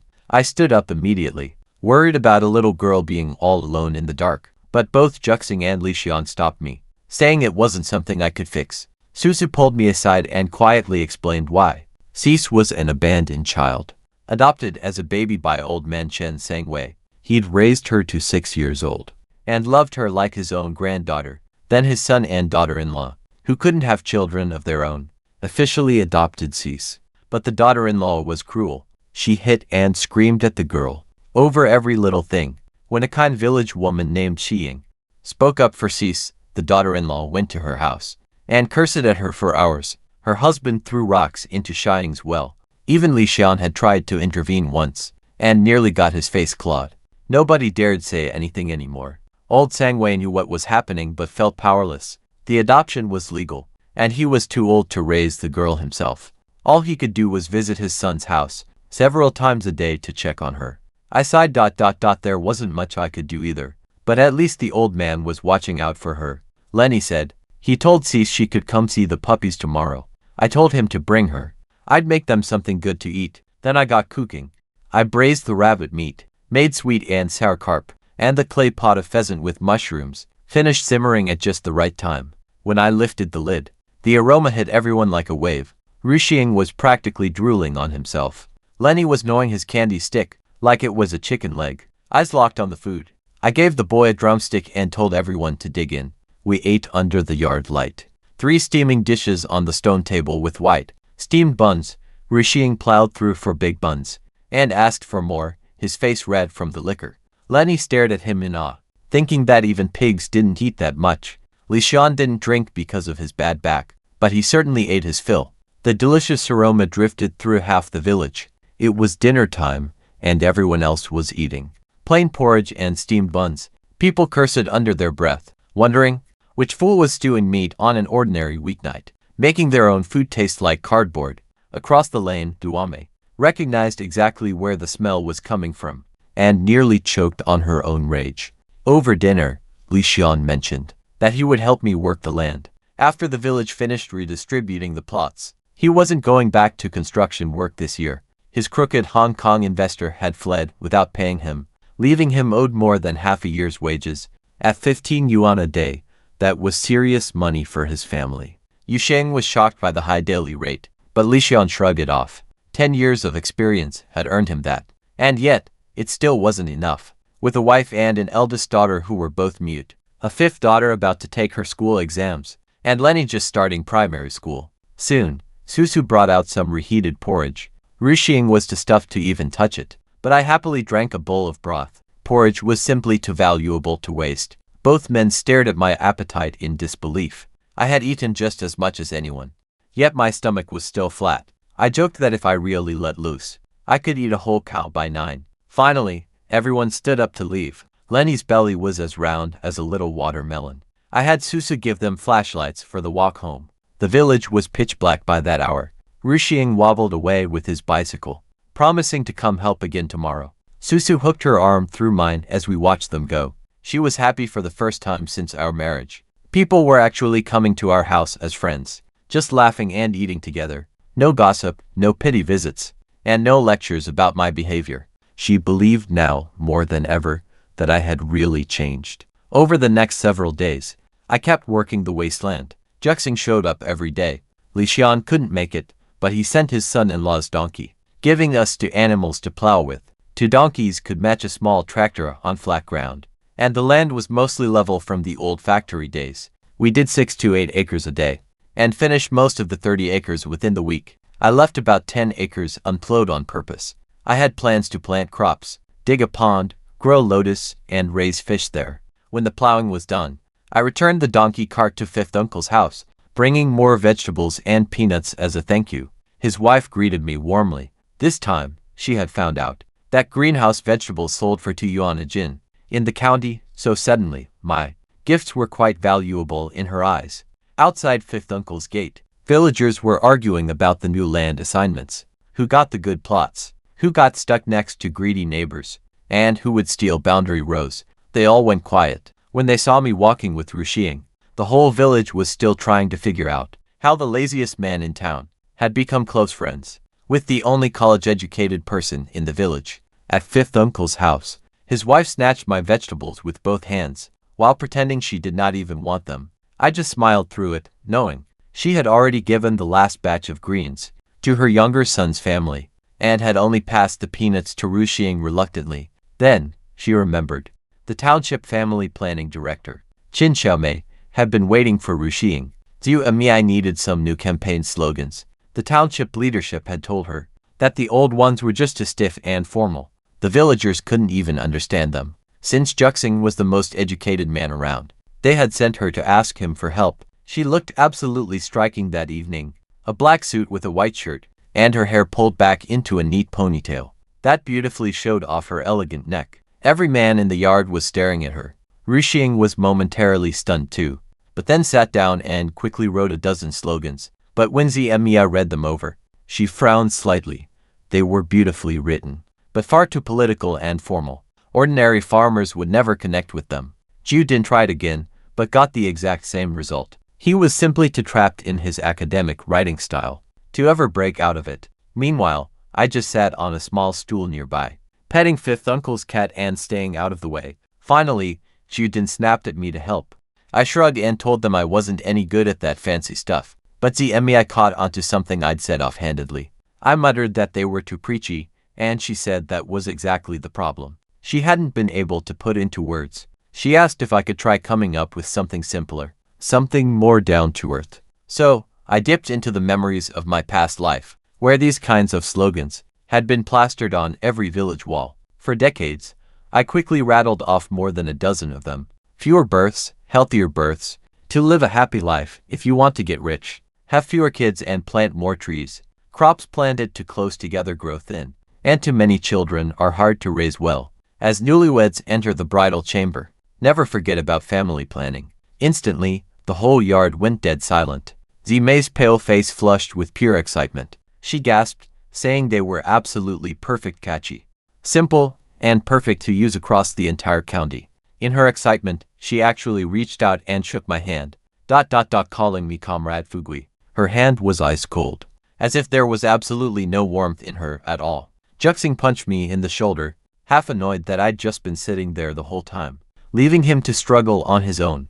I told him I'd assumed they wanted to keep things formal. We headed to his place for dinner, but I told him not to bring Susu along. His wife was still nursing their baby, and having a stranger over at night would be too inconvenient. On the way, Juxing grabbed the bag of peanuts that his mother had tossed aside. He let out an awkward laugh and said his parents didn't really eat peanuts, but I knew what his mother was thinking. She felt peanuts weren't nearly as valuable as vegetables.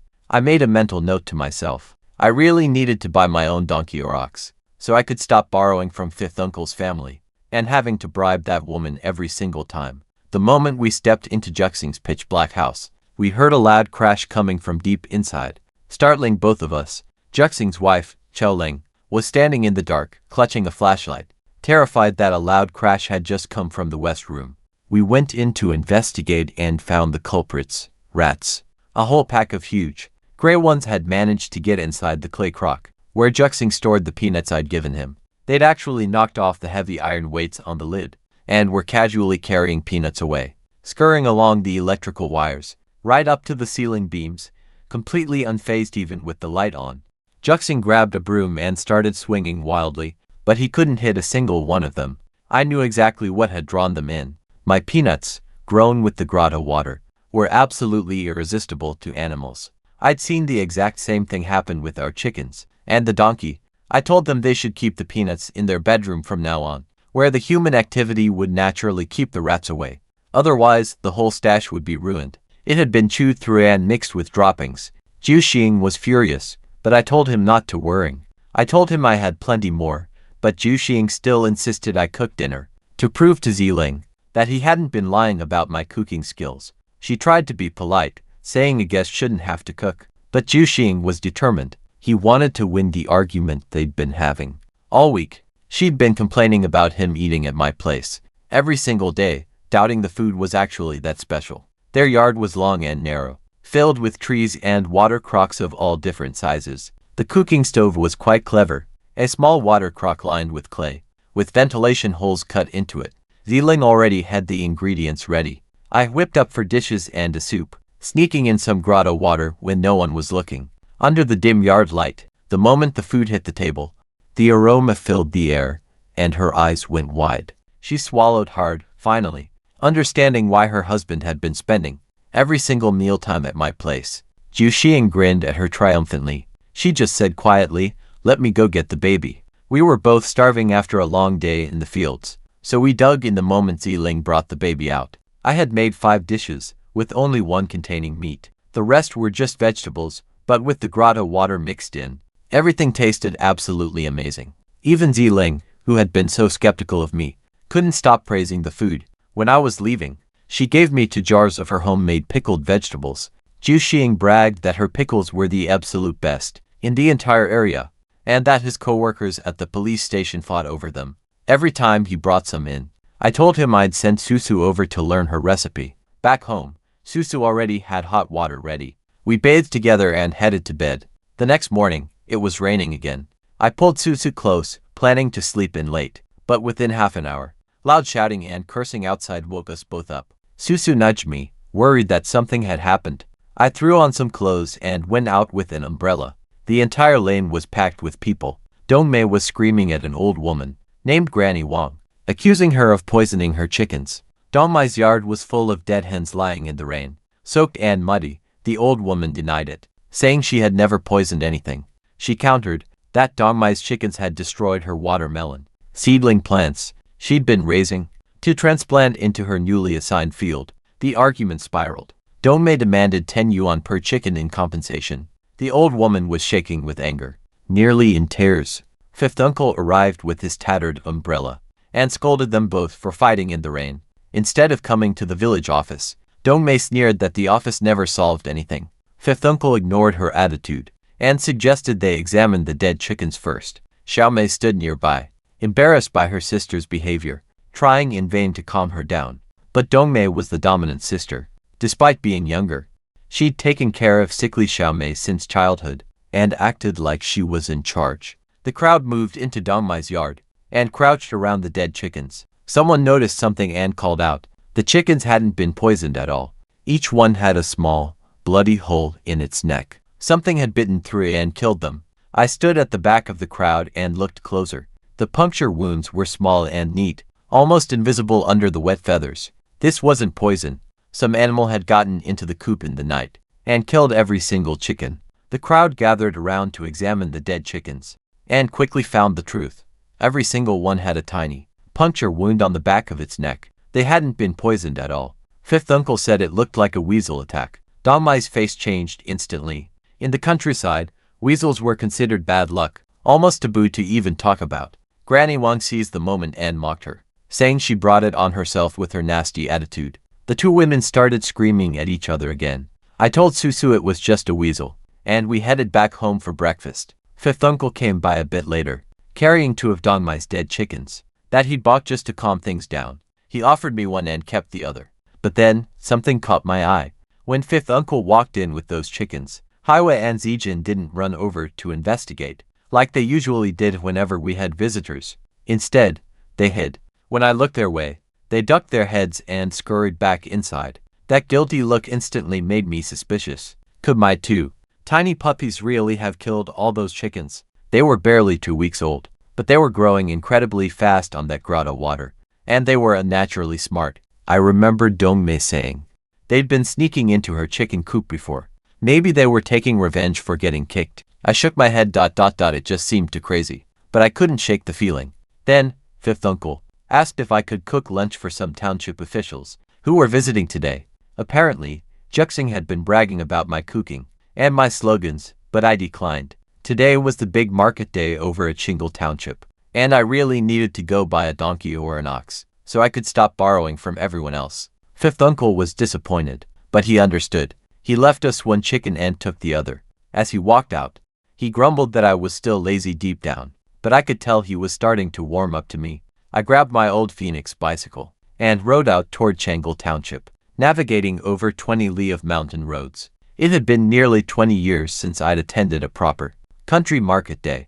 In my past life, I'd gone back to visit a few times, but those markets had lost all their old magic. Today, when I finally crested the last hill and saw the grand stone archway reading Shingle, with endless rows of stalls stretching out behind it, the sounds, smells, and colors all rushing toward me at once, I felt a sudden warmth spread through my chest and couldn't stop grinning. I hadn't been to a proper country market in nearly 20 years, so I took my time.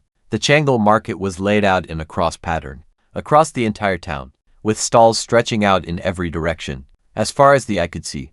I wheeled my bicycle from one end of the market to the other, buying snacks along the way.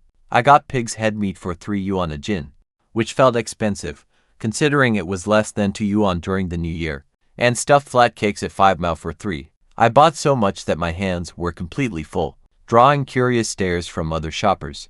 I ducked behind the township government building to use the outhouse, and stashed all my purchases into the grotto. Then, I followed a group of young guys who were heading over to get haircuts. My own hair was getting pretty long out here. Back then, people still called it shaving heads instead of getting a haircut. Barbers set up open-air stalls right at the market, carrying all their gear on shoulder poles, adorned with little flagpoles. The barber was an old man who looked just like the comedian Zhu Shimao, with his sharp, high-nose bridge, small eyes, quick hands. I watched him work on a yellow-faced old farmer, who sat there with his eyes closed, softly humming about how good it felt. The teenage boys waiting for their turn teased the old barber about his skills, but he just smiled and kept cutting, without missing a beat. When my turn came, the best part was the hair wash. Thick soap lather was poured over my scalp 10 fingers scratching and scrubbing every inch. Pure bliss. The old barber was truly one of the good ones, thorough and gentle while he cut. He told me I had a lucky face with big earlobes. I laughed and said, my only real luck was marrying a good wife. He chuckled and said, a good wife is the greatest fortune a man could ever have. The whole haircut cost 5 mao. I left feeling clean and light, ready to go find myself a donkey. After the haircut, I kept browsing. I bought vegetable seeds, grain seeds, and snacks. Soon, my hands were overflowing again. I ducked into a quiet alley and stashed everything away in the grotto. While I was inside, I dropped off the 7 male turtles I'd just bought from a market stall. I had cleaned out the seller's entire stock of males. I tossed them into the pool with the big female, who'd grown to the size of a pot lid by now. She poked her head up, expecting food, but froze when she saw the newcomers. I laughed and told her they were her new husbands. They were small, but the grotto water would grow them fast. Besides, having them compete would help select the strongest genes. The fish pond was thriving, too.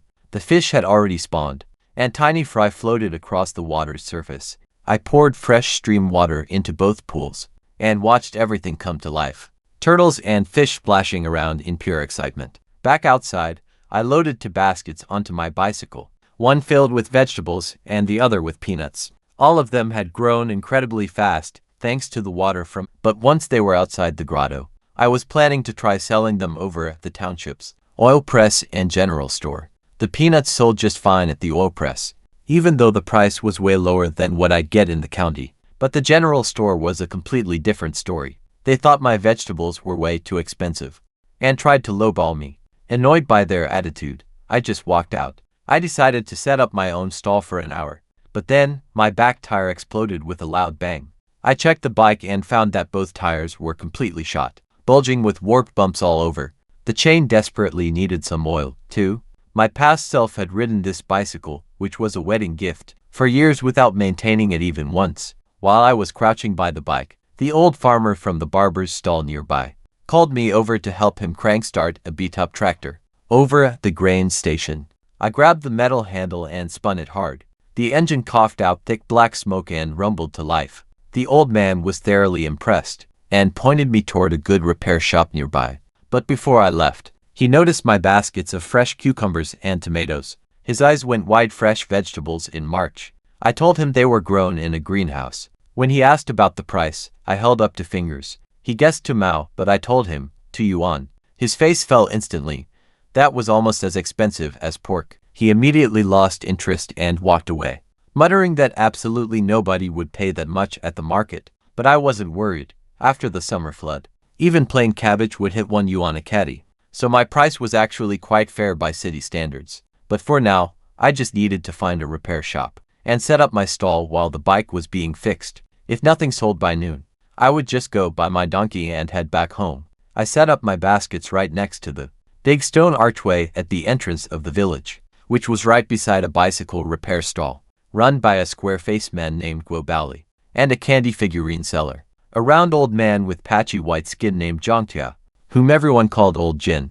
I began shouting out my prices. 2 yuan a jin for cucumbers and tomatoes? A crowd gathered quickly, drawn by the novelty of fresh vegetables in March. I snapped open a few cucumbers to offer as samples. The bike repairman took 1 bite, and his eyes went wide. He immediately gave me a thumbs up. Everyone who tasted the samples absolutely loved them, but nobody bought any. 2 yuan a jin was almost as expensive as pork and country. People simply wouldn't spend that much money on vegetables.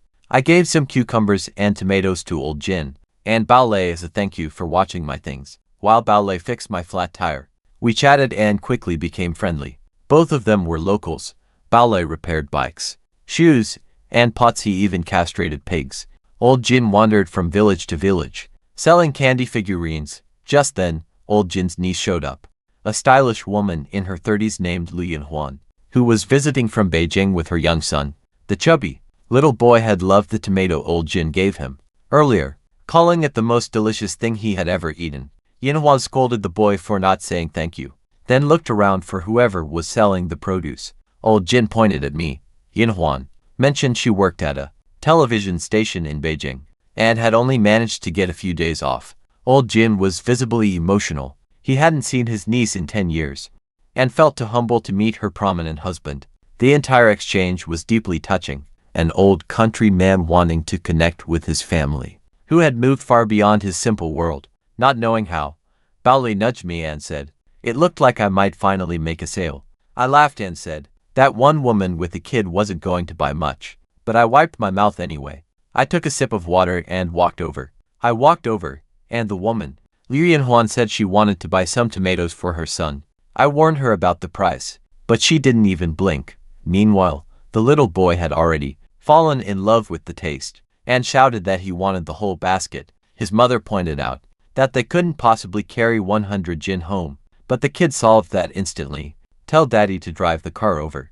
Belai leaned in and whispered that owning a car meant they had at least 100,000 yuan. These people were seriously wealthy. Soon, Yanhuan's husband arrived. He was a tall, well-dressed man named Liang.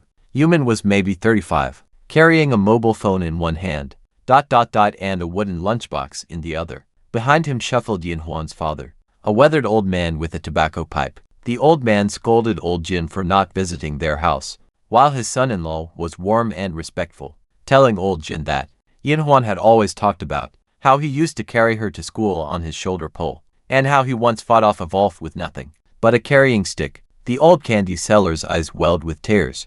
After about 20 minutes of their family reunion, the entire group walked over to my stall. Liang Yuman sniffed the produce and said he could already smell something special, and asked for a taste, so I handed over some samples. He bit into a tomato, and his eyes instantly widened. Then he tried a cucumber and actually closed his eyes.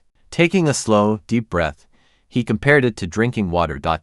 After walking right out of the Sahara Desert. Cool, sweet, and reaching deep into his soul. Puzzled, I tasted one myself. These were just grown outside using cave spring water, and diluted at that, not the premium stuff.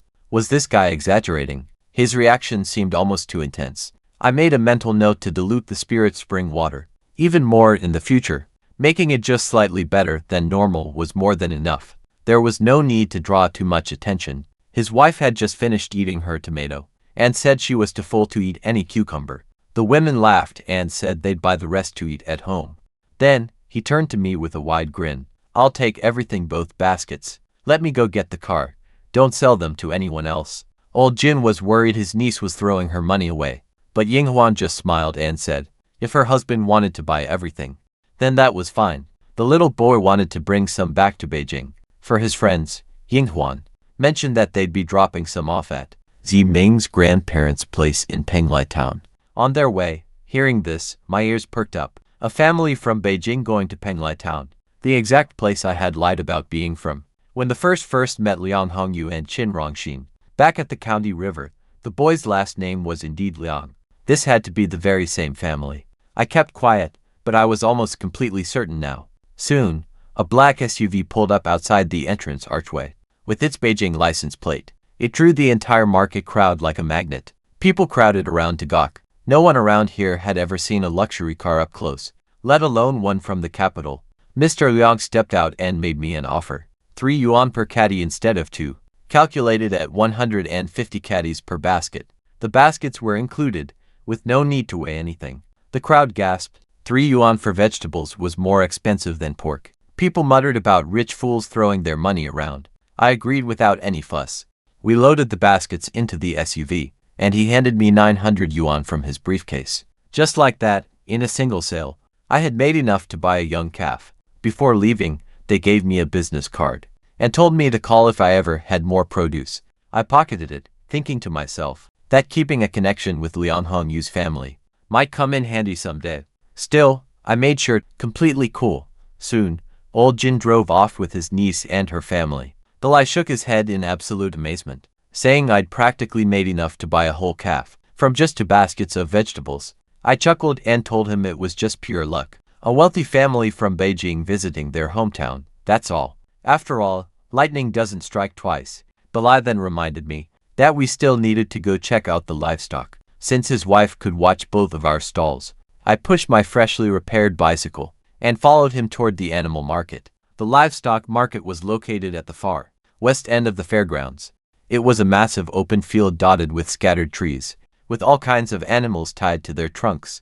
There were pigs and dogs, cows, horses, and donkeys, sheep and chickens, ducks and rabbits. Literally anything alive was up for sale. The pungent stench of animal waste hit us like a solid wall. Belai led me straight to his contact, a livestock broker whom everyone called Old Ba.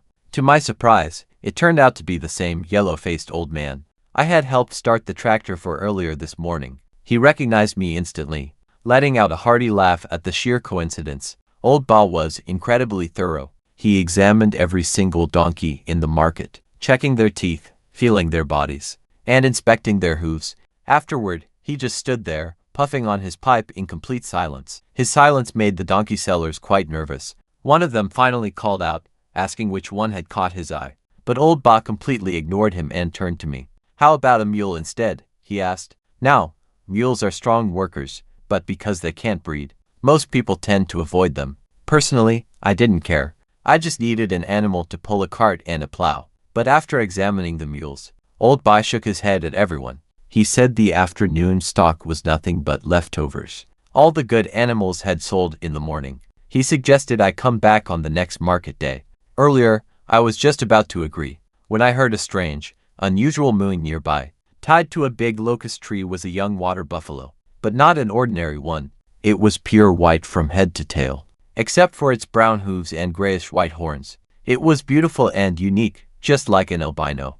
A man was trying to inspect it, but the little, white buffalo kept dodging around the tree, crying out in fear. It wouldn't let anyone get near. I mentioned that it looked interesting and I wanted to get a closer look, but he just shook his head. He said he'd seen this animal at several markets already, and nobody would buy it, because it was absolutely terrified of strangers. If its owner forced it to stand still, it would panic and defecate everywhere, screaming as if it were being slaughtered. It was completely useless for any real work. Old Bob puffed his pipe and added that white cattle were rumored to have special eyes that could see ghosts. That's why they were always so frightened, supposedly seeing things other animals couldn't. Still, I wanted to see it up close. As I approached, the little, white buffalo hid half its face behind the tree trunk and peeked out at me with big, round eyes, like a shy little girl. It didn't look like a scared animal at all. I slowly reached my hand out, and though it flinched, it didn't scream. That told me everything I needed to know. This wasn't fear, it was just bashfulness. Some animals are just like introverted children. They need gentleness, not force. The owner, a tall, dark-skinned man, said the calf was perfectly tame at home, playing with his kids and letting the family pet it. It just couldn't handle strangers, especially for the adult ones. He wanted 1,000 yuan. Old Ba laughed and said 600 was already generous. White buffaloes have thin skin, which easily attracts flies and parasites, so they can't even put on weight properly. Even when they are fully grown, they would only sell for 1,000 yuan as meat. He offered 650 and started walking away, pulling me along. I immediately understood his tactic, a classic negotiation. The seller panicked and called out that he would take 650. We went back, I paid, and the man blindfolded the calf with a strip of cloth. To keep it calm, I asked Belai to bring me one of the cucumbers he had been holding onto. I held it close to the blindfolded calf's nose. Its nose twitched softly, and it stretched its mouth toward the scent. I pulled the cucumber back a step, and the calf took a step forward. Just like that, it kept following me. I led it right out of the market using just a cucumber, guiding my bicycle with one hand, while the seller and Boli stared at us, with their mouths wide open. I said goodbye to Belai at the archway and headed home. Once I was alone on the road with no one else in sight, I pulled the little white buffalo into the grotto. Inside the grotto, I took off its blindfold. The little white buffalo saw a stranger and stumbled backward in fright. I gently held out the cucumber. It wanted to come closer, but didn't quite dare, just standing there, blinking its big, dark eyes. So, I placed the cucumber on the ground and stepped back. It crept forward, picked it up, and started munching with its eyes half closed. In pure bliss, I then brought out an armful of overgrown spinach, from the cottage to tough and stringy for people, but absolutely perfect for a calf. I tossed the pieces closer and closer to where I was sitting, and the little buffalo followed the trail. By the time it finished eating, the spinach was all gone. It let me pat its head without even flinching. Then, I gave it half a bucket of fresh stream water. It mooed happily and drank it all up. Then, it licked my hand, begging for more. I tied it to a date tree behind the cottage, and headed home. The ride back took about 2 hours. over winding mountain roads and a river crossing. When I pedaled into the village, with a white calf trotting right behind my bicycle, every dog in town went absolutely crazy, barking their heads off. The calf froze, too terrified to move. I had to get off my bike and shoo the dogs away. The villagers all came out to stare, and the gossip started immediately. That fool bought a useless white cow. He got cheated again. What is wrong with him this year? Back at home, Susu was sewing in the yard, while Lenny's gang played around a bamboo basket. Highway and Zijin, now almost 1 month old and much bigger than normal, looking like 2-month-old puppies from drinking all that grotto milk, came running toward me, barking with pure joy. But then, they spotted the calf peeking from behind me, and started barking at it instead. The kids went absolutely wild over the white buffalo. Susu frowned at first, saying that white cattle attract terrible insects during the summer. I smiled and told her I had a solution. The calf was absolutely perfect with the children. It stood completely still, letting them pet it, its eyes half closed with pure pleasure. But when Susu tried to touch it, it quickly dodged behind me, peeking out with just one eye, exactly like a shy little girl hiding behind her father. Susu squealed with absolute delight, and all her concerns about its color completely vanished. She asked me how I had gotten it to trust me so quickly. I told her I would explain my secret method later, which made her pout so adorably. Lately, she had been opening up to me more and more every day, questioning me, and even playfully sulking. Honestly, it made me happier than anything else. And then, I noticed a basket of chirping little chicks in the yard. It turned out Lenny's mute mother had hatched a fresh batch, and sent some over for us. Lenny was there with his little gang of boys, and I found out he'd just started primary school. His friends immediately started tattling on him. Apparently, he still had snot running down his face, picked his toes in the middle of class, and even tricked a boy from the neighboring village into licking his fingers by telling him they tasted sweet. When the other kid found out, they ended up in a fight, and Lenny got punished by having to stand for the whole class periods. Susu and I couldn't stop laughing at his antics. After the kids left, I tied the calf up in the back courtyard, with a big pile of spinach to munch on, and started cleaning out the old chicken coops to make room for the new chicks. Most families in the village raised chickens, from spring all the way through autumn, and then sold them, or slaughtered most of them before winter to save on feed. We only had 1 rooster and 3 hens left from last year. The next morning was absolutely beautiful. There was a warm spring breeze, and our yard was full of blooming begonias. I took the little white calf out for its very first walk, with Highway and Zijin bounding happily alongside us.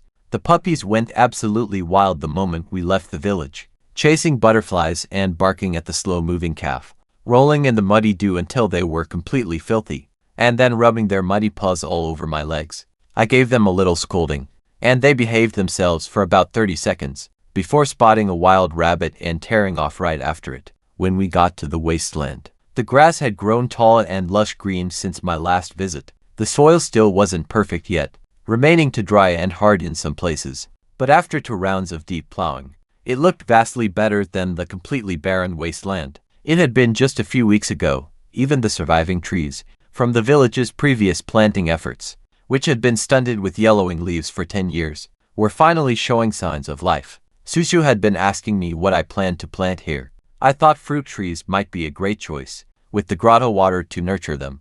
I could easily grow vegetables and melons underneath them. I walked up to one of those dying trees, a ginkgo, and poured a bucket of water from the grotto's fish pond over its roots. The ground around the trunk bubbled and hissed as the soil drank it in. Then, I heard a rustling above my head. The ginkgo was coming back to life, branches stretching, leaves unfurling, growing right before my eyes, until it spread into a full, green canopy. In seconds, the calf was following me around, nibbling fresh leaves off the newly revived trees. I went from trunk to trunk with my bucket, pouring grotto pond water on each one. Within minutes, every surviving tree, ginkgo and paulownia alike, burst back to life, branches spreading, leaves unfurling. The trunks were still thin, but the canopies were full and green. After 10 years of barely surviving, these trees looked healthy again. I decided fruit trees were the way to go, even if the summer flood destroyed them. As long as the roots survived, just 1 dose of grotto water would bring them right back. It was simple, low effort, and profitable year after year. Meanwhile, Highway and Zijin had found a lizard near the graveyard, and were tormenting it, taking turns pouncing, pinning its tail, letting it run, then catching it again. They played until the lizard stopped moving. Then Haiwa ripped it in half with one shake of his head. The jaw strength of a 1-month-old puppy was startling. Then, both dogs trotted over and dropped the carcass at my feet, staring up expectantly, like kids bringing a broken toy to their father. I rewarded them with grotto water and told them to always bring their catches to me. Training had to start somewhere. Back home, Donmai's house was erupting again, crashing dishes, screaming, and her husband's tired voice trying to calm her down. Wang Chanyuan had finally come home, and she was letting him have it. With her sister gone back to the township, and every neighbor thoroughly alienated, nobody was going to step in. Over breakfast, Chailing's excellent pickled vegetables with porridge, Susu brought up planting again before I could answer. Li Xian showed up at the gate. He asked why I wasn't at the greenhouse construction site. Apparently, a Jew had come back to the village, started building his greenhouses today, and hired every man in our section of the village, at 10 yuan a day with lunch included. Everyone except me. I told Li Xian that a Jew had never asked me, and Susu confirmed it. Li Xian was puzzled. He'd assumed a Jew and I were close. From our county days, I just shrugged. I knew exactly why I'd been skipped. A Jew was still sore that I had dodged his free labor scheme. When we met in town, let him sulk. After the way he cheated me on the land swap, not slapping him right across the face was already more restraint than he deserved. Li Xian urged me to come along anyway. 10 yuan a day for over a month meant 300 or 400 yuan, half a year's spending money. He thought I was being lazy again, but I explained a Jew had called every single household in our section of the village. Even the 60-year-old village doctor. He deliberately left me out. This wasn't an oversight. It was payback for refusing to be his free watchman. A Jew's whole personality was about showing off. He paid workers more than anyone else, and offered higher land rental fees than the neighboring villages, all to prove how rich and powerful he'd become. But his ego was fragile. When I didn't jump at his command in town, he took it as a personal insult now. He wanted me to stand by and watch everyone else make money, while I was left with absolutely nothing, hoping I'd crawl back to him, begging for a job. Once Li Xian understood the situation, he stood right up and declared that he wouldn't go either. I grabbed his arm immediately and told him absolutely not. He had 7 mouths to feed, and he couldn't afford to throw away a paying job. Just over my pride, Susu backed me up, and together, we managed to talk him down, though he was still clearly furious on my behalf. Before he left, Li Xian asked what on earth I had done to upset Riju. I told him about our encounter back in the county. He cursed under his breath and told me that Urju had just been stringing me along about that quarry job all this time. Apparently, his girlfriend's connections made it completely effortless to get someone a spot there, and his construction boss's nephew had even gotten in. Just last autumn, the promise of a job at the quarry was a lie all along, just a cheap trick to manipulate me into doing whatever Urju wanted. After Li Xian left, Susu quietly apologized to me. She said she had always thought my trips to the county were just me fooling around and wasting time, but now she realized I'd been trying to build a relationship with her uncle just to get a job at the quarry. I sighed quietly to myself. The truth was, the old me really had just been fooling around, so she had absolutely nothing to apologize for. While we were washing the breakfast dishes, I told Susu about my plan to plant fruit trees on the wasteland. She thought about it carefully for a moment and said she wasn't sure if they would even survive. After all, the soil had only just started recovering after 10 years of being completely lifeless. Could it really support fruit trees already? I quickly reassured Susu, telling her I'd seen the old trees on the wasteland just that morning, and they were all bursting with fresh green leaves. After years of looking half dead, if those old trees could recover like that, then new fruit trees would definitely be able to grow there. Her eyes lit up with excitement, and she asked if she could come see it for herself. That afternoon, I headed out to find old Chin Sangwei to ask about building a cattle cart, but his house was empty. He'd gone to help build Urju's greenhouses, too. As it turned out, Urju had recruited men from 2 whole sections of the village. Over 100 workers, paid 10 yuan a day for a whole month. That was 30,000 yuan in labor costs alone. Between renting the land, materials, and construction crews, his total investment had to be close to 100,000 yuan, all of it bankrolled by his wealthy girlfriend. I'd have to wait over a month for my cart. On my way home, I found our yard swarming with bees and butterflies, buzzing around the blooming begonias. I caught a few of the bees, some butterflies, and even grabbed a few ants, all to run a little experiment inside the grotto. Susu laughed, asking why I was acting like such a child. Just then, we heard some frantic barking outside. It sounded like Highway and Jin, joined by several other dogs from the neighborhood. We rushed outside and found 5 or 6 dogs, circling a pile of old coal slag, right behind Granny Wang's house. Pressed flat against the wall were 2 small, yellow animals, weasels. One of them lay dead on the ground, while the other was still alive, baring its teeth at the dogs darting back and forth. Granny Wang nearly fainted when she saw them. In the countryside, weasels were known as the Great Immortals, and people believed that harming them would bring a terrible curse. The old woman immediately started bowing repeatedly, apologizing to the surviving weasel, and begging the Great Immortal to forgive the reckless dogs. Highway and Jin, looking mighty proud of their kill, tried to drag the dead weasel over to me like a trophy. Granny Wang shooed them away in an absolute panic, terrified of offending the weasel spirit any further. So, it was my dogs after all. First Dongmai's chickens, and now these weasels. These grotto-enhanced puppies were turning into quite the little hunters, much faster than I could have ever imagined. Granny Wang kept right on bowing and apologizing to the weasel, pleading with the Great Immortal to show mercy and forgive us all. I tried to tell her to check on her own chickens first, but she scolded me for being disrespectful. In the countryside, weasels were practically sacred. People called them yellow immortals, and believed crossing one brought terrible revenge. The old woman was convinced that Dongmai's chickens died because Dongmai had bad karma, and that showing proper respect would keep her own family safe. While she lectured us, the living weasel grabbed its dead companion and started dragging it along the wall. Susu spotted them and called out, but Granny Wang just smiled and said the immortal was leaving because it saw her sincerity. Then, both weasels suddenly bolted. The dead one had been faking it the whole time. Classic weasel trick. I had to laugh. Back home, I grabbed both dogs by the ears and scolded them for running off again. They hung their heads, covered in leaves and cobwebs, from chasing the weasels through who knows where. These 2 were growing fast and getting bolder every day. They'd made friends with every dog in the village, through Lenny's gang of kids, and now, any barking outside sent them racing out the door. Susu couldn't control them when I wasn't home. She wondered why the weasels had appeared in broad daylight. I figured it was because all the men were at Urju's construction site, with fewer people around.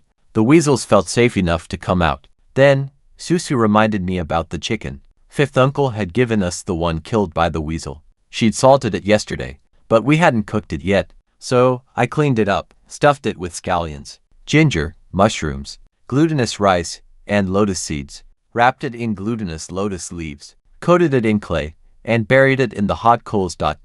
Beggar's chicken. Normally, it takes hours of drying and marinating, but with glutinous ingredients, the shortcuts didn't matter. When I cracked open the clay shell, the golden skin was crispy, and the meat inside was tender and fragrant, sweet from the dates, fresh from the lotus leaves. It was impossibly delicious. Susu came out with a basket of steamed buns, sniffed the air, and her eyes went wide. She grabbed a chicken foot and started nibbling. I handed her a drumstick and told her to eat some real meat, but she just kept gnawing on the feet and wings first, her favorite parts. I watched her holding a chicken foot in both hands, just like a little hamster, and I couldn't understand how she found those bony bits more appealing than the actual meat. After lunch, I put Susu on the white calf's back and led them both toward the wasteland. The calf had warmed up to her over the past 2 days, maybe because she carried my scent, or maybe her gentle nature put it at ease, the way children do. As we passed through the village, a few women were painting my slogans on the walls. Around town, Susu read them proudly and said she'd heard even Rudin couldn't come up with anything, but when she got to won't get snipped, house gets ripped, won't comply, wave your livestock goodbye. She frowned and said that one was a bit much. I just shrugged and said if the officials liked it. It wasn't my place to argue. South of the village, Arju's greenhouse site was buzzing with activity. Donkey carts hauling bamboo poles, cement, and thick plastic sheeting back and forth. The road from the highway was too rough for the delivery truck, so everything had to be transferred by animal cart. Now I understood why he needed so many workers. 50 acres of greenhouses meant days, just moving materials, and then concrete pillars to support the frames. Out on our wasteland, when Susu saw the revived trees, her face lit up with joy. She didn't doubt my plan for the fruit trees anymore. But then, she suddenly remembered. She had forgotten her herb collecting basket back at the house. She had planned to gather medicinal herbs on the mountain after we finished checking the land. I told her we could just mark the spots today and come back tomorrow with the basket. We tied up the calf and headed up the mountain path together. As we walked, I couldn't help but think of all those times Susu had climbed these mountains all by herself, just to gather herbs and sell them at the market, all to make up for the money I had been wasting in town. A young woman, all alone in the deep mountains and on such dangerous roads. Even now, the thought made my chest ache with pain. But now, she was practically skipping up the trail ahead of me, turning around and calling for me to hurry up. Suddenly, a gray blur shot across our path. It was a fat wild rabbit. Hey, Washington and Zijin bolted after it, barking wildly, but they were just too small and slow to catch it. I called them back and scolded them for running off like that. In these mountains, the villagers set steel traps everywhere for wild game. A puppy could easily step on one and lose a leg. And sure enough, we hadn't gone very far before I spotted a rusted steel trap, hidden right among some cornel bushes. The calf had wandered over to eat the flowers, and almost stepped right on it. I showed it to the puppies, but they just wagged their tails, completely clueless. So, I poked the trap with a long branch. With a loud, sharp crack, the trap snapped the branch clean in half, which instantly terrified them. Both puppies puffed up their fur and barked fiercely at the trap. Good. Now they knew to stay away. We continued deeper into the forest. It was still too early in the season for most medicinal herbs, but the mountain cornel was blooming beautifully, and we passed a lush bamboo grove, where fresh spring shoots were pushing up through the soil, thick and dense. I told Susu I'd come back tomorrow just for those. I was already planning a dish with juicy smoked pork. She laughed and said I was really just after his bacon. Then, Susu grabbed my arm. She'd spotted what she thought was a scorpion right near my foot. But it turned out to be just a shed shell. But there were more shells every few steps. This area clearly had a lot of scorpions. Susu told me she'd been stung as a child, and had been terrified of them ever since. I held her hand and told her not to come this way alone. Out of curiosity, the dogs ate the empty scorpion shells, then lost interest and ran ahead. They started barking at something by a big tree. Susu got there first and squealed with excitement. It was a snake, a gray one with triangular markings on its head. Venomous. I yanked her arm to pull her back, but she just smiled at me calmly and walked right up to it. Before I could even say a word, she had the snake pinched right behind its head, holding it up while it thrashed and hissed. She turned to me with a sweet grin, completely relaxed. I stood there with my mouth wide open. This woman, who had nearly fainted at a scorpion shell, had just barehanded a venomous snake, like it was absolutely nothing. She explained that her family raised snakes back in the mountain village. To her, it was as natural as handling chickens. She reminded me about the wedding gift from her mother, a jar of liquor steeped with snake gallbladders, still sitting untouched in our cellar. Then, she told me to look near where the snake had been coiled. Under the tree, there were dozens of pale, bare stalks poking from the ground. Gastrodia, a valuable medicinal herb. Susu was thrilled. There was a whole patch of it. We'd need a basket to harvest it all, so we would come back tomorrow. She pinned the snake's head with a forked stick, and Haiwa darted in and bit it, while Zijin grabbed the tail. They ripped it in two, and trotted over to drop both halves at my feet, tails wagging, looking up for praise. Susu smacked their heads. You two little traitors, always trying to please him instead of me. The dogs had figured out my reward system. From the lizard incident, bring me prey, get grotto water, smart little hustlers. But this time, the snake was Suzu's catch, not theirs, so I shooed them off. We spent the rest of the afternoon wandering through the spring forest. Sunlight filtered through the canopy in golden threads. Birds sang everywhere, and wild flowers dotted the ground. As rabbits and pheasants burst from the underbrush, with the dogs in hopeless pursuit, we found several good herbs, some yellow essence and golden thread orchids, plus the gastrodia patch we'd marked earlier. A decent haul for a scouting trip. Coming down, we passed through the farmland, where Li Xian's wife and eldest daughter, Danny, were working in their newly assigned 10-acre watermelon field. Li Xian's wife, a mute woman named Liu Yuji, smiled and gestured that we could take some melon seedlings if we wanted. I declined, politely saying we planned to plant trees this year. Danny ran over with a bundle of wild greens for us. She was a quiet girl with freckles and a bright smile, also mute like her mother. Susu held her hands warmly and told her to come visit. Danny wrote to characters on Suzu's palm, and whatever she asked made Susu beam and reassure her that we were both doing well. Walking home, I told Susu that Li Xian's wife and daughter couldn't handle 10 acres of watermelon vines alone. Trimming the shoots was back-breaking. Detailed work. I suggested she help them when she had time. Susu agreed, but said the mother and daughter were proud people, who hated being pitied. We need a natural excuse to offer help. I said I'd talk to Li Xian. He told me his second daughter and her husband were coming this weekend to help, and Lenny would be home from school too. They'd manage. He didn't want charity, but he pressed 2 big, fresh fish into my hands, as thanks for the vegetable deliveries, and I knew better than to refuse. That evening, we ate wild herb dumplings and dumpling broth. Then, I sat under the lamp, helping Susu weave a new bamboo basket.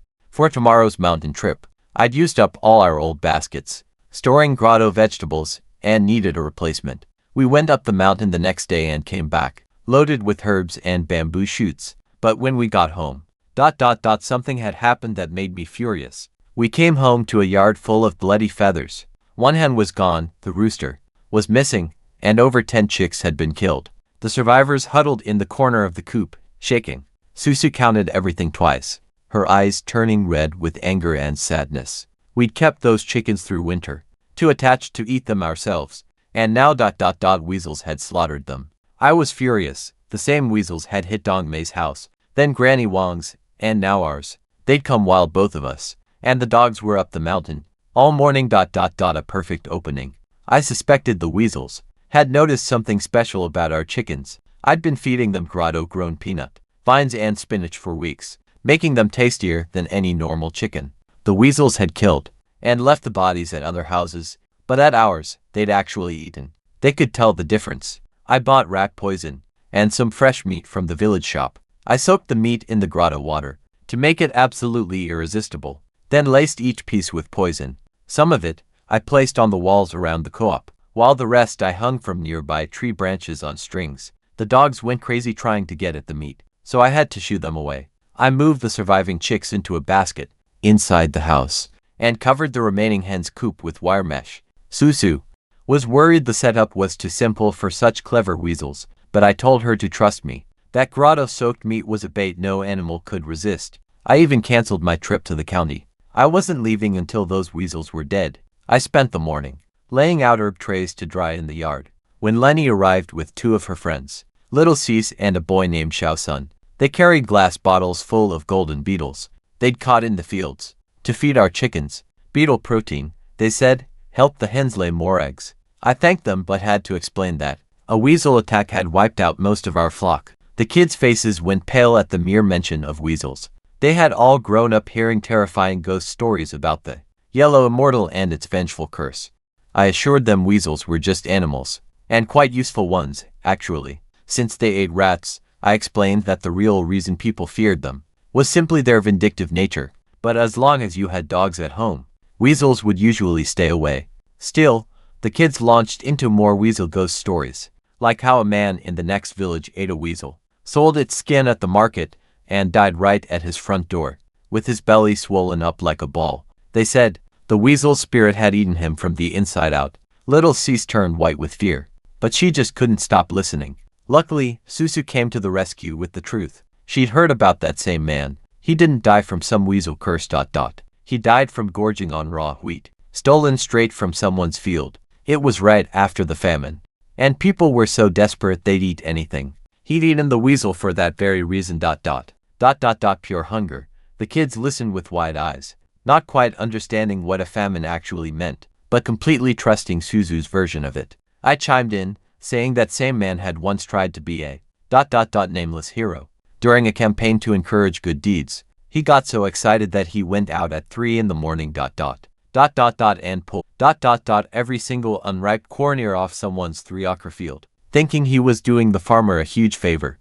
They beat him half to death, Lenny piped up, saying he knew all about nameless heroes. Like Lei Feng, there's even a holiday for him on the calendar. Susu looked confused and said, she didn't know of any Lei Feng holiday on the calendar. I couldn't help but laugh. What Lenny had actually seen on the calendar was Frost's Descent. A seasonal marker, The kid had only just started school and couldn't really read the characters properly yet. Susu laughed so hard that tears started streaming down her face. Just then, we heard a voice outside selling chicks. Trade 1 hen for 13 chicks. An old man from nearby Peachtree Gully. Came walking through, carrying 2 flat baskets on a shoulder pole, packed with fluffy little yellow and black chicks, all chirping away. The weasels had wiped out most of our flock, so this was absolutely perfect timing. I picked out 20 chicks at 2 mao each. The old man looked at Susu and me standing there together, and smiled, saying it was truly nice to see a young husband. Who spoke so kindly to his wife. She's a lucky woman. Susu blushed furiously, and stammered that the children around us weren't actually ours, and that we hadn't had kids yet. The old chick seller. Overheard me mention our weasel problem, and his face immediately lit up. A whole village needing replacement chickens, which meant a real windfall for him. He hurried off to Granny Wang's house with his baskets. I also noticed something pretty funny. The old man had read one of my family planning slogans, written on a wall, and cursed out whoever had written such a terrible thing. I kept a straight face and told him not to worry, saying those slogans were just empty talk. Susu covered her mouth, trying her best not to laugh. We put the new chicks in the indoor basket to keep them safe. I spent the whole afternoon waiting for the weasels, but they never showed up. Maybe they were still full from their raid this morning, or maybe having people and dogs around the house kept them away. I used the downtime to clean up the back courtyard and plan out our renovations after the flood. I wanted to knock down the crumbling wall between the front and backyards and rebuild the entire place as one big compound. There'd be plenty of room for the animals and storage. That night, the moon was incredibly bright. Susu and I had just bathed and were about to go to sleep, when suddenly, every dog in the neighborhood erupted in frantic barking. Hiwa and Zijin quickly joined the chorus from our yard. I dressed as fast as I could, and told Susu to stay inside with the lights off. Any light at all could scare the weasels away. Luckily, my night vision was sharp enough now that I didn't even need a flashlight. I crouched down under the eaves, with both dogs right beside me, whispering for them to stay quiet and absolutely still. Half an hour passed. Still nothing. I was just starting to doze off when both dogs suddenly stiffened. Hiwa stared at the east wall, while Zijin stared at the front gate. 2 different directions. They were coming from both sides at once. I looked toward the east wall and saw a yellow shape, creeping along the top of the wall, head swiveling cautiously. At the same time, a second weasel slipped through the gate and hugged the wall, darting toward the chicken coop. These 2 had actually grown quite a bit bigger since the last time I saw them, fattened up on the chickens from my grotto. They must have tasted something truly special, something extraordinary, because they kept coming back for more. They were bold enough to attack in broad daylight, and then again at night. They were completely addicted. From high up on the wall, the first weasel chittered to its partner down on the ground. Then, it sniffed its way over to the poisoned meat on the wall, and gobbled down every single piece. But the ground weasel didn't touch any of the meat at all. It just circled the chicken coop obsessively, trying to find a way through the wire mesh. That one was smart. It clearly sensed that something was wrong with the bait. Moments later, the wall weasel finished off the hanging meat from the tree too, then crashed to the ground, convulsing violently. The poison was working fast. Its partner rushed over and sniffed it, and then did something that completely shocked me. It looked directly at where I was hiding. Even in the dark shadows, it had spotted me. I quickly released the dogs. They shot forward like 2 little tornadoes. The smart weasel shrieked, grabbed its dying companion in its jaws, and bolted up the chicken coop, scrambling along the wall. It moved incredibly fast, even while carrying that dead weight. My dogs chased it right onto the coop roof, but the poison weasel slipped from its mouth and fell. The healthy one managed to escape over the wall, while my dogs barked furiously below. I picked up the half-dead weasel from the top of the wall. Its partner screamed and paced back and forth, refusing to leave. It was incredibly loyal. I had to admit, I held up the dying weasel, and told its partner that I'd be waiting for its next visit. Later, in bed, I told Susu I'd rig up an electric wire trap tomorrow, the kind of crude device the villagers use to electrocute rats. I'd string thin wires low along the walls and surfaces, connect them to the power, and anything that touches them will be shocked dead. It was far more reliable than poison against something this clever. But the weasel didn't wait for tomorrow. Hours later, the dogs woke us up again. I went outside and found the poisoned weasel, The one I'd hung from the eaves was somehow still alive and struggling. The grotto water in the meat must have counteracted the rat poison. Then, I spotted the smart weasel back on the wall. What happened next left me completely speechless. The healthy weasel jumped down into my yard, right in front of me instead of running away. It threw itself on the ground, rolling and wailing as if it were poisoned too. Then, it got up and deliberately ran right at the dogs, baring its teeth, provoking them. It was offering itself, trading its life for its companions. Hiwa pounced and bit the weasel hard, drawing blood, but the weasel didn't fight back or run. It just lay there, bleeding, staring right at me, with unmistakable sadness in its little black eyes, glancing at the companion I held in my hand. It was offering its own life for the other one. A trade. I was stunned. Into lifetimes, I had never seen an animal do anything like this. These weasels had eaten my grotto, fed chickens, and clearly gained some level of intelligence from it. They weren't as sharp as my dogs, but they had real awareness. I put both weasels in a rabbit cage, planning to have them skinned for the fur market tomorrow. But minutes later, I heard a noise again. The injured weasel had escaped the cage. It sat right in front of my dogs, holding a bird's egg in its mouth, which it placed at my feet. When I didn't pick it up, it ran off and came back with a newborn, pink mouse, still hairless and blind. It set that down, too, and sat watching me, waiting to see if its offering was enough to buy back its partner. I stood there in the moonlight, looking at this beaten ... a bloody little creature, trying desperately to ransom its companion, with whatever it could find. Something in my chest gave way. I sighed, and told it to stop. I opened the cage, and its partner shot out, and they both fled over the wall. At the top, the smart one paused, calling softly back to me. It felt like a soft note of gratitude, before they vanished into the dark. The next morning, I found something left at my door. A milky white pearl, as smooth and warm as jade. It was the size of a pigeon's egg. On the east wall, two yellow heads peeked over, chirped twice, and disappeared. The weasel had actually brought me a thank you gift. Whether it knew the pearl's true value, or just thought it was some fancy egg, I couldn't say, but if it was real jade, it was worth far more than the chickens they'd eaten. I pocketed the pearl, and rode to the county seat to sell herbs, at the old medicine shop on East Street.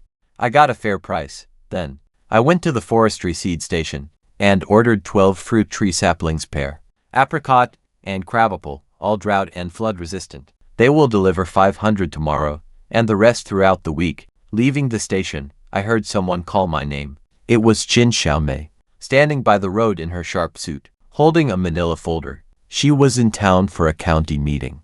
My slogans had won her township first place in the regional family planning campaign, and the county had publicly praised their work. She was practically glowing as she thanked me, her eyes bright, her attitude completely transformed from the cold woman who'd once dumped water on my head.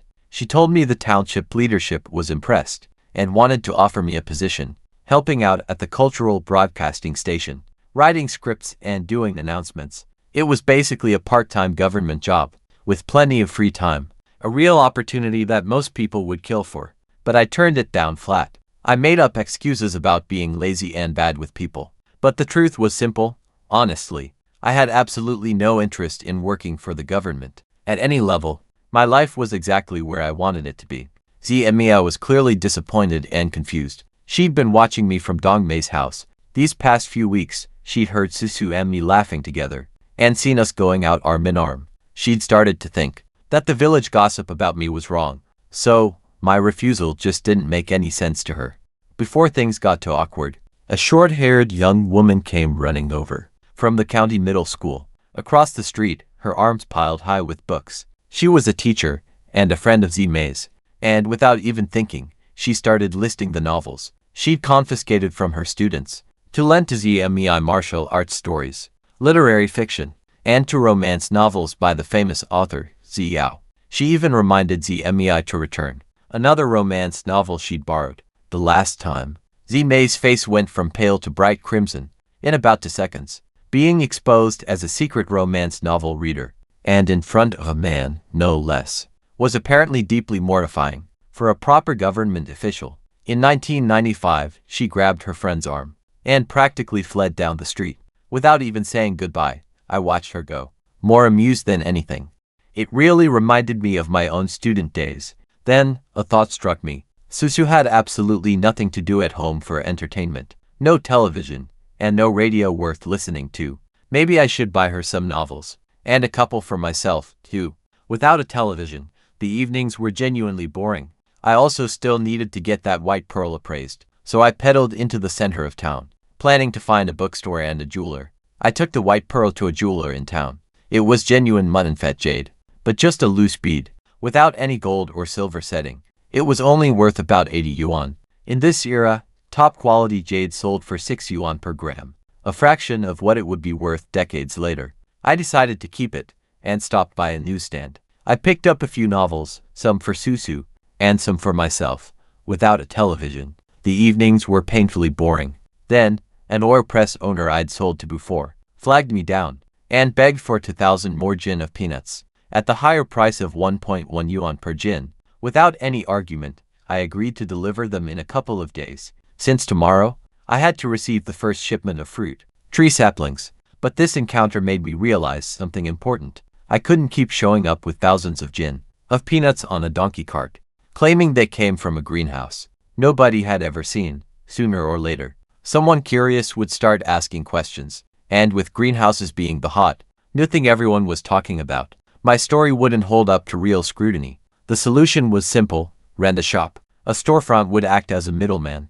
I could say I was buying from various greenhouse growers, or importing them from the city. Nobody would dig deeper if there was an actual shop involved. I spent the afternoon searching, and found a perfect spot near the county middle school. A 2-story house with a small courtyard already set up, with a street-facing room on the ground floor. That could work as a store without any renovation. The owners were a retired couple, whose children worked elsewhere. The rent was a bit high, but I signed the lease immediately. The shop wouldn't need daily attention, just a visit once or twice a month, to put out produce and maintain appearances. More importantly, it gave me a cover story for Susu, about where the money was coming from. I'd tell her I was running a small business, with a friend from my county. Riding home in the gathering rain, I heard frantic shouting from the direction of Urju's greenhouse site, something about the newly built frames collapsing in the storm. I glanced that way, smiled to myself, and pedaled quietly into the village.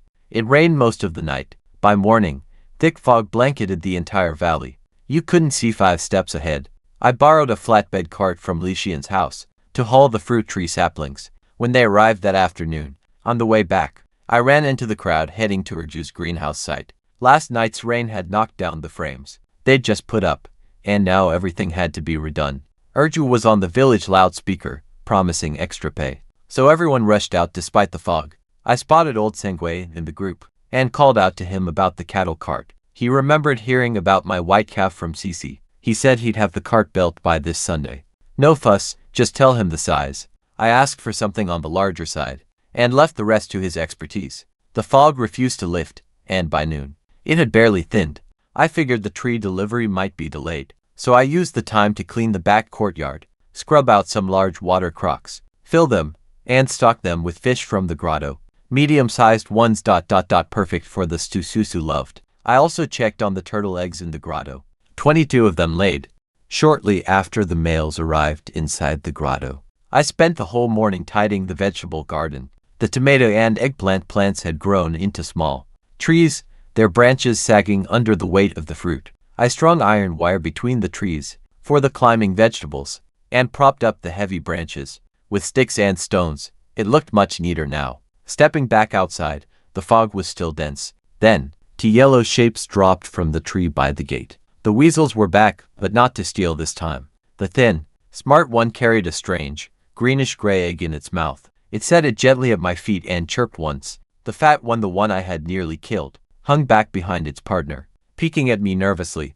Before they could run off, I stopped them. I scooped some grotto water into a ladle, and set it down in front of them. The thin one sniffed it, its eyes going wide with excitement, then called out to its partner. They both drank greedily, and within moments, they were buzzing with energy, racing in circles around me and weaving between my legs, licking my hands in pure joy and gratitude. Even the timid, fat one lost its fear completely. They both stood up on their hind legs, did a little dance, then bounded over the wall and vanished into the fog. Watching them go, I frowned slightly. That fat weasel had looked unusually round and heavy. A sudden thought hit me. Was she pregnant? If so, everything made sense. Why the thin one had been so desperate to save her, willing to die for her, bringing gifts to ransom his mate and their unborn babies. The fog lasted all day, and the tree delivery didn't arrive. So, I took the opportunity to plant several more acres of peanuts and vegetables on the wasteland, while nobody could see me through the thick white blanket. By evening, I had added 7,000 jin of peanuts and bundles of vegetables to the grotto stores. On the way home, I found my dogs running with a pack of village mutts, surrounding a fat, patterned snake by the village pond.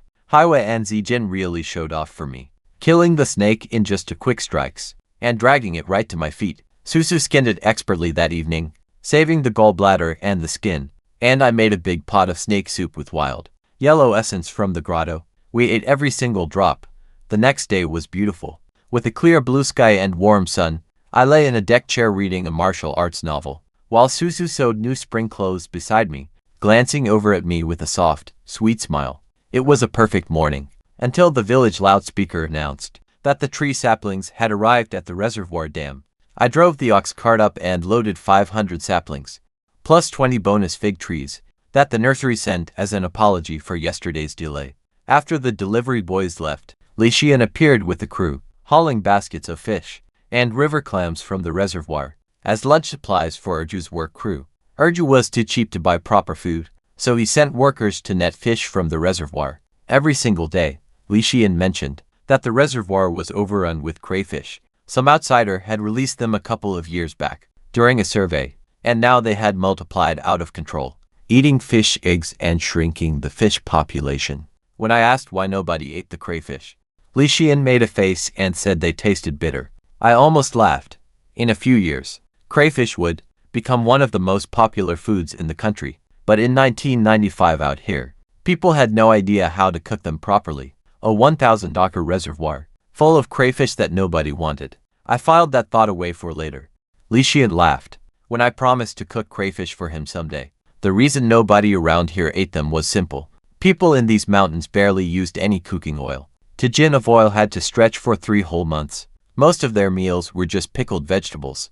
Nobody was about to waste precious oil just to deep fry some crayfish, and without the proper seasoning and oil. Crayfish really do taste bitter and muddy. In just a few years, the entire country would go crazy for spicy crayfish, but right now, a 1,000-acre reservoir overflowing with them was considered nothing but a nuisance. As I was walking back with the group, something pretty interesting happened. 2 young men, who held grudges against me from back in our factory days, years ago, started hovering around the edge of our conversation. They were speaking louder, trying to find a way to join in. They were too embarrassed to talk to me directly. After all this time, but they clearly wanted to reconnect. I spoke a few friendly words to them, and just like that, the dam broke. They came right over, calling me Brother Fu, like old friends, joking about the old days, turning our past conflicts into funny stories. The others joined in too, and just like that, years of bad blood evaporated. Then, Erju showed up on his motorcycle. His eyes widened when he saw me at the center of a laughing group of men who actually worked for him. He demanded to know what I was doing. I calmly told him I was planting fruit trees. Chinze, one of the guys I had just reconciled with, jumped in eagerly to back me up, explaining all about the tree delivery. Erju couldn't help himself. He smirked and sneered that I was wasting my money, and that I'd lose my shirt on such a worthless piece of land. That's when things took a delicious turn. The guys started speaking up, one after another, talking about how the wasteland was actually recovering, how grass was growing, and old trees were sprouting new leaves. Then, someone mentioned in a casual tone how the villagers used to gossip that Erju had tricked me into swapping the land. It was supposed to be barren land, but clearly, that couldn't be true, not with the soil improving like this. Another villager chimed in, saying Erju must have obviously known the soil was getting better when he made the deal. After all, he wasn't the type to cheat a fellow villager, right? Every single word was like a knife wrapped in cotton. Erju's face burned bright red. He forced a stiff smile and nodded along, but I could easily see him dying inside. These were his own workers standing right there, casually exposing what he had done. They framed it as praise, but everyone could hear the real, mocking undertone. I said nothing, I just smiled, waved goodbye, and drove my ox cart toward the fields. Erju was left standing there, wondering how the village fool had suddenly gained so many allies, and why his own carefully buried secrets were suddenly floating to the surface. That afternoon, I planted all 500 saplings. While I was working, the white calf suddenly got spooked and ran behind me, staring intensely toward the graveyard. I caught a glimpse of something gray and dog-sized flash through the bushes and vanish. I searched the area, but found only a large burrow near a tombstone, with coarse, gray fur scattered around the entrance. Whatever it was, it had scared the calf half to death. It definitely wasn't a rabbit. It was something much bigger. On my way home, Fifth Uncle flagged me down from his field, where he was thinning out the overcrowded rapeseed sprouts. He insisted on shoving two big bundles of the pulled seedlings into my hands. I figured I'd cook them up.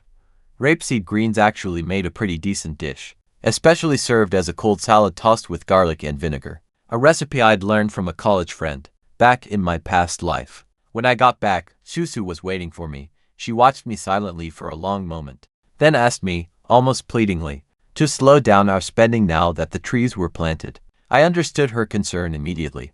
Between the plow, the cow, the fruit trees, and all the other supplies, I had been burning through cash like crazy, at a pace that absolutely terrified her. She didn't know anything about my peanut sales, or the shop I'd rented. From where she stood, our savings were just vanishing, with absolutely no income to replace them, and the fruit trees wouldn't bear any fruit for 2 years. I agreed without arguing. She was right to worrying, but I just couldn't explain the truth to her yet. Still, once the shop was up and running, I'd gradually let her in on where all this money was coming from. The following Sunday, I drove to the county to deliver 4,000 jin of peanuts to two oil presses, putting another 4,000 yuan right in my pocket. After a quick lunch, I was heading toward my rented shop, when a booming voice called out my name. It was Han Shuang, a huge guy, 6'3", dark-skinned, and muscular. He was an old buddy from my arcade and video parlor days, standing by a noodle stall, slurping from a giant bowl. He nearly dropped it running over to me. He always stuttered when he got excited, stumbling over his words, as he asked where I'd been for the last 2 months, and why on earth I was driving an ox cart. He wanted me to go play Street Fighter at the Workers' Cultural Palace. I told him I had some business to take care of, but offered him a ride south, since I was heading that way anyway. After years of playing immersive online games in my past life, those coin-operated arcade machines held zero appeal. Maybe someday, just for nostalgia's sake, but definitely not today. Han Shuang whined about everyone abandoning him, both me and our other friend, Sherman, who had completely disappeared since the new year. Sherman was an older guy, maybe 7 or 8 years our senior, who'd had a promising career at the County Power Bureau, before something went terribly wrong. He lost his job, his parents were affected, and he ended up as a street loafer, hanging out with us in arcades. Now nobody could find him. His house was always locked. Neighbors hadn't seen him in weeks. Chong had good news though. His family had arranged a marriage for him, a girl from our old high school, the daughter of a dean. She'd gotten a college degree and worked at the Agricultural Bureau. Now his father had bought him a brand new Mingsing 50 motorcycle as a wedding vehicle. He insisted I try riding it. I took it for a spin around the block, handling it smoothly. From muscle memory of my other life, Chuan was amazed that a first-timer rode so naturally. When we parted at the Workers' Palace, he offered me a job at his family's canning factory. If the quarry thing never worked out, I thanked him but said I was content farming. He clearly didn't believe me, but walked off shaking his head. I was touched. Amid all my old, worthless friendships, here was someone who actually cared. At my rented shop, I spent the afternoon cleaning everything and making the empty courtyard feel alive. I planted a fig tree, sapling from the grotto by the well. There was a square stone pool the landlords had filled with dirt for a garden. I dug it all out and restored the pool, planted lotus, filled it with water, and grotto fish fry, a few buckets of grotto water, and the lily pads spread across the surface. In minutes, the dead little courtyard suddenly looked fresh and inviting. I went into the grotto to fetch vegetables for the shop's first display, but stepping into the thatched cottage, my foot came down on something that cracked. Under my weight. I looked down. It was half of a white eggshell, crushed to pieces. Inside the grotto cottage, I found the basket of duck eggs I'd forgotten about. They'd all hatched. The shells were broken open and empty. After over a month in the grotto's magical environment, those unfertilized eggs had somehow incubated. and produce chicks all on their own. I eventually found the ducklings, huddled together in a tree hollow outside the cottage. They were just fuzzy yellow balls with their eyes half shut, and they'd been nibbling on my herb plants. But I couldn't keep ducks in the grotto. They'd completely destroy the garden. And if they tried swimming in the ponds, the increasingly aggressive fish and growing turtles would eat them alive. Everything in the grotto was getting fiercer and wilder by the day. So, I wrapped the ducklings in my jacket, put them in a basket, and brought them outside. At the rented shop, I realized I didn't even have a sign. So I went across the street to the county middle school to borrow a small blackboard and some chalk. The weekend security guard turned out to be my old high school math teacher, Mr. Leng, now retired and working as a janitor. He recognized me instantly, partly because I'd been a striking-looking student with spectacularly lopsided grades. I got 90-something in Chinese, but single digits in math. He also remembered me, leading raids on the new school's construction site to steal rebar and sell it for spending money. I gave him a bundle of green beans, and he reluctantly lent me the blackboard, warning me to stay on the straight path. Back at the shop, I wrote greenhouse vegetables on the blackboard and set out for kinds of produce. Within 3 hours, everything was sold out. 16 yuan. The location was absolutely perfect, right near the county hospital, government housing, and teacher apartments. People with steady incomes, who could easily afford 2 yuan vegetables. Combined with the peanut deliveries from that morning, I'd made 6,000 yuan in just one day. I figured if I came just once a month, that would be enough to maintain our cover story. As I was packing up, I ran into our village doctor, Kun Goping, right outside the county hospital. The poor old man had been stuck in meetings all day. Apparently, the county had been selected as a pilot site for medical reform. It was something about rotating village doctors between clinics to help serve rural patients. He was absolutely exhausted and dreading the long, dark walk home. So, I offered him a ride on my ox cart. Goping climbed onto the cart and immediately noticed my basket of ducklings, scolding me for keeping the lid closed. He was convinced I was going to suffocate them. I just smiled. He had no idea I'd already fed them grotto water, so they were completely fine. Still, he pulled the basket onto his own lap to watch over them, himself, fully convinced that I was still completely hopeless at practical things. On our way, a convoy of liberation trucks rumbled past us.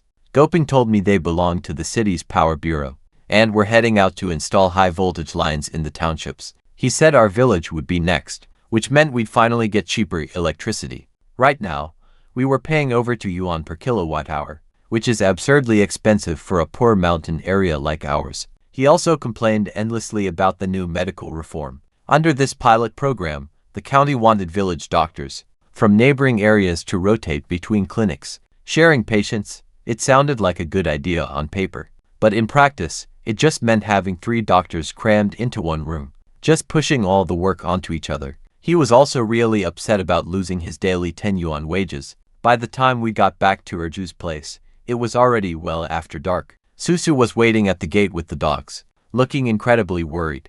I had told her I was just going to town for a quick trip, and now it was pitch black outside. I quickly explained that I'd run into an old friend and had given Goping a ride back. Then, I showed her the ducklings and told her I'd bought them while in town. Without asking any questions, she let them out into the yard. But once we were finally alone, she gently took my arm and softly asked me to come back home. Earlier that day, I could sense the worrying hidden beneath her words. She was terrified that my old habits were returning. Me disappearing into town all day, coming home late, and spending money with absolutely nothing to show for it. I couldn't tell her about the shop just yet, so I promised her I'd go up the mountain soon to gather wild herbs we could sell, and to finish drying the ones we'd already collected. That seemed to reassure her. What really mattered to her wasn't the plan itself. It was just hearing me think about our livelihood and showing that I cared about making things work. After dinner, Lenny and Cease showed up at the gate, carrying a kerosene lamp. The boy had a mischievous grin on his face, with his hands hidden behind his back. "Guess what I brought you?" "Uncle Fugui, let me guess ... Beetles." He shook his head and pulled out a cardboard box, announcing with a dramatic flourish, "Quail."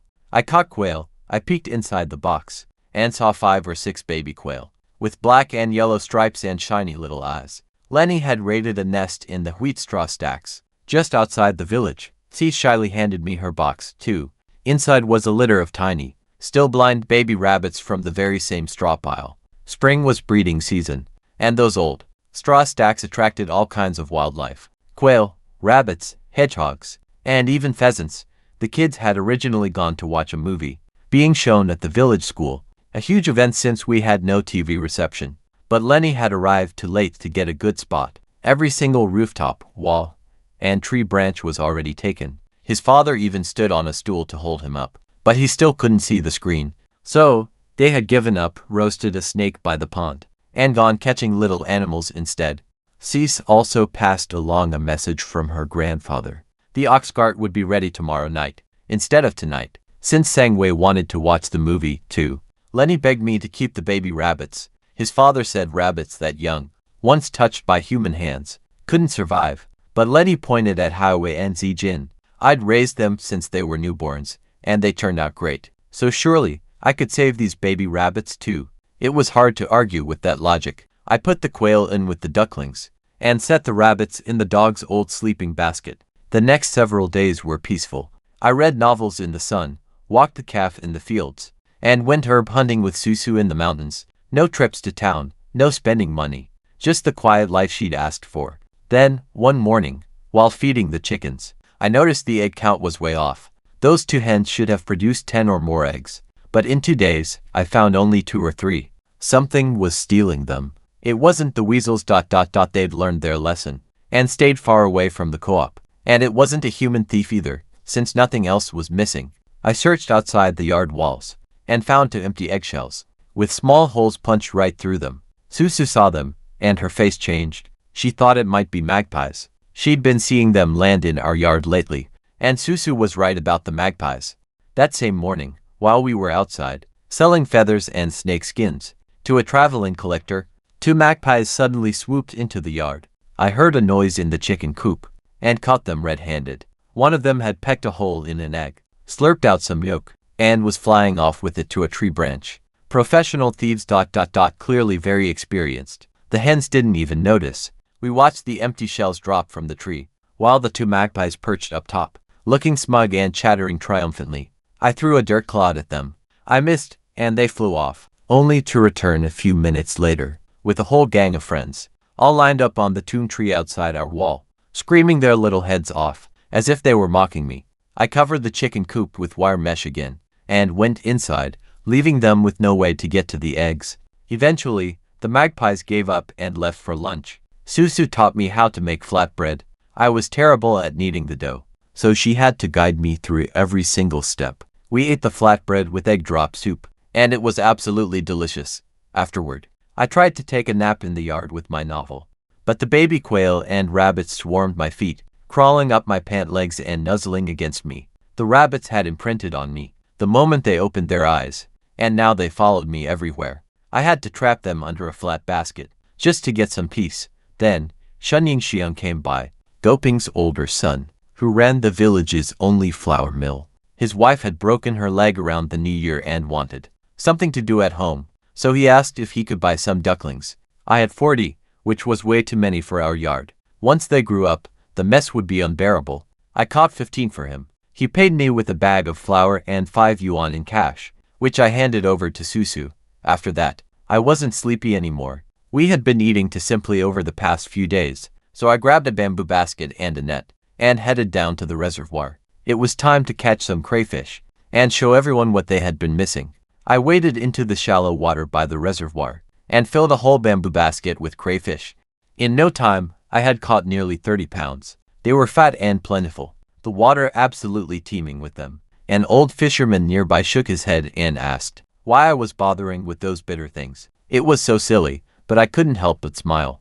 On my way home, little Zisen and his gang of toddlers blocked my path, begging me to pick green apricots from the trees for them. Standing on the dam, I warned them not to eat them. Eating unripe apricots would mean a whole day of stomach aches. But one kid blurted out that his grandmother said I was possessed by a ghost. So, I decided to play along, rolling my eyes and sticking out my tongue, growling that I was a hungry ghost who loved to eat plump little children. They shrieked with laughter. When I got back home, Susu helped me wash the crayfish. She was skeptical, since everyone always said they tasted awful. But then, she spotted 2 tiny bright red creatures clinging to the rim of the basin. Right there among the crayfish, at first, she thought they were baby snakes, but looking closer, they were actually eels. Blood-red ones, as thin as string. Unlike any we had ever seen before. They were probably some rare variant, since they were too small to eat. I tossed them into a separate water crock, in the back courtyard, along with some grotto water and pondweed. That evening, I cooked up some spicy crayfish with wild garlic, wild onions, chilies, and star anise. The neighborhood kids each grabbed one and ran off home, practically bouncing with joy. Susu and I devoured the rest of that massive pot, and she was amazed, unable to believe. This was the same creature everyone claimed was inedible. I told her that when it came to food and fun, I was a natural genius. She huffed, but she couldn't really argue. Then Susu had me try on the new clothes she'd been sewing. A light blue shirt and dark trousers. Looking in the mirror, I barely recognized myself. The grotto's influence had lightened my skin and filled out my frame. I looked more like a scholar than a farmer. Susu was changing, too. Her skin was glowing, and her figure was looking fuller. I decided I needed to get more sun. Being too pale just didn't suit a countryman. The quiet days didn't last. Over the next few days, villagers started showing up at our door. It wasn't for the crayfish recipe, as I'd expected, but to see the two red eels. The kids had apparently told everyone about them, and the whole village was fascinated by creatures they'd never seen before. The red eels became the biggest sensation the village had seen in years. In a place with no internet, no television, and nothing unusual ever happening, two bright red eels were a genuine marvel. People came daily. Men, women, mothers with babies on their hips, old folks, and children. They brought worms and bugs to feed the eels, and called them lucky omens. Under everyone's watchful eyes and constant feeding, plus the grotto water I'd added at the start, the eels grew astonishingly fast, over 20 centimeters in half a month. But since the whole village had been watching them eat and grow day by day, nobody questioned how fast they grew. They just said red eels were special. I found the whole thing completely absurd. I'd been carefully hiding every trace of the grotto's magic, and here was something growing unnaturally fast, right in my backyard, and nobody even batted an eye. Just because they were all part of the process. You really couldn't make this up. The constant visitors were getting annoying, though. Even the weasel couple stopped coming by during the day. I was thinking about taking the eels to my shop in the county and getting rid of them, when two unexpected guests showed up. Urju walked through my gate, with Sun Yen Hong behind him, and announced I was about to get rich. I played dumb, and asked if the quarry job had finally come through. That shut him up. He hadn't expected me to bring that up again. He snapped that I should just forget about the quarry, since I was apparently too busy planting trees. He wanted Red Sister to see the eels. I led them to the back courtyard. Yam Hong got startled by the white calf, poking its enormous head through the stable window. But I calmed her down. The calf had grown considerably, and had developed curved horns. It had also become fiercely protective of our property, and wouldn't let anyone take so much as an old strainer from the yard without charging at them. I'd had to lock it in the west wing, after it nearly trampled Lenny over a kitchen utensil. At the eel crock, Yen Hong's eyes lit up immediately. Even a Jew's sour expression softened. She turned to me and made an offer on the spot. 500 yuan per eel, 1,000 total. I shook my head. The moment I saw Yen Hong's eyes light up at the eels, I knew they were worth far more than she was letting on. Something about these red eels had a special meaning, or value that I didn't fully understand yet. And since it was a Jew and his girlfriend asking, the same people who cheated me on the land swap, I wasn't about to make things easy for them. I told her I couldn't bear to part with them. They were rare, beautiful, and I might never find anything like them again. She immediately raised her offer to 600 per eel. I refused again. She went up to 880 each for luck, plus a standing offer to place me at either the quarry or her trucking company, in any position I wanted. By now, half the village had crowded into my back courtyard. Their eyes were bulging. Nearly 1,800 yuan for 2 eels. You could buy a full-grown ox for that. People stared at the little, red creatures in the water crock, as if they might be made of pure gold. Fifth uncle was practically vibrating with anxiety. He tried to talk sense into me. 880 was more than enough for half a year's living.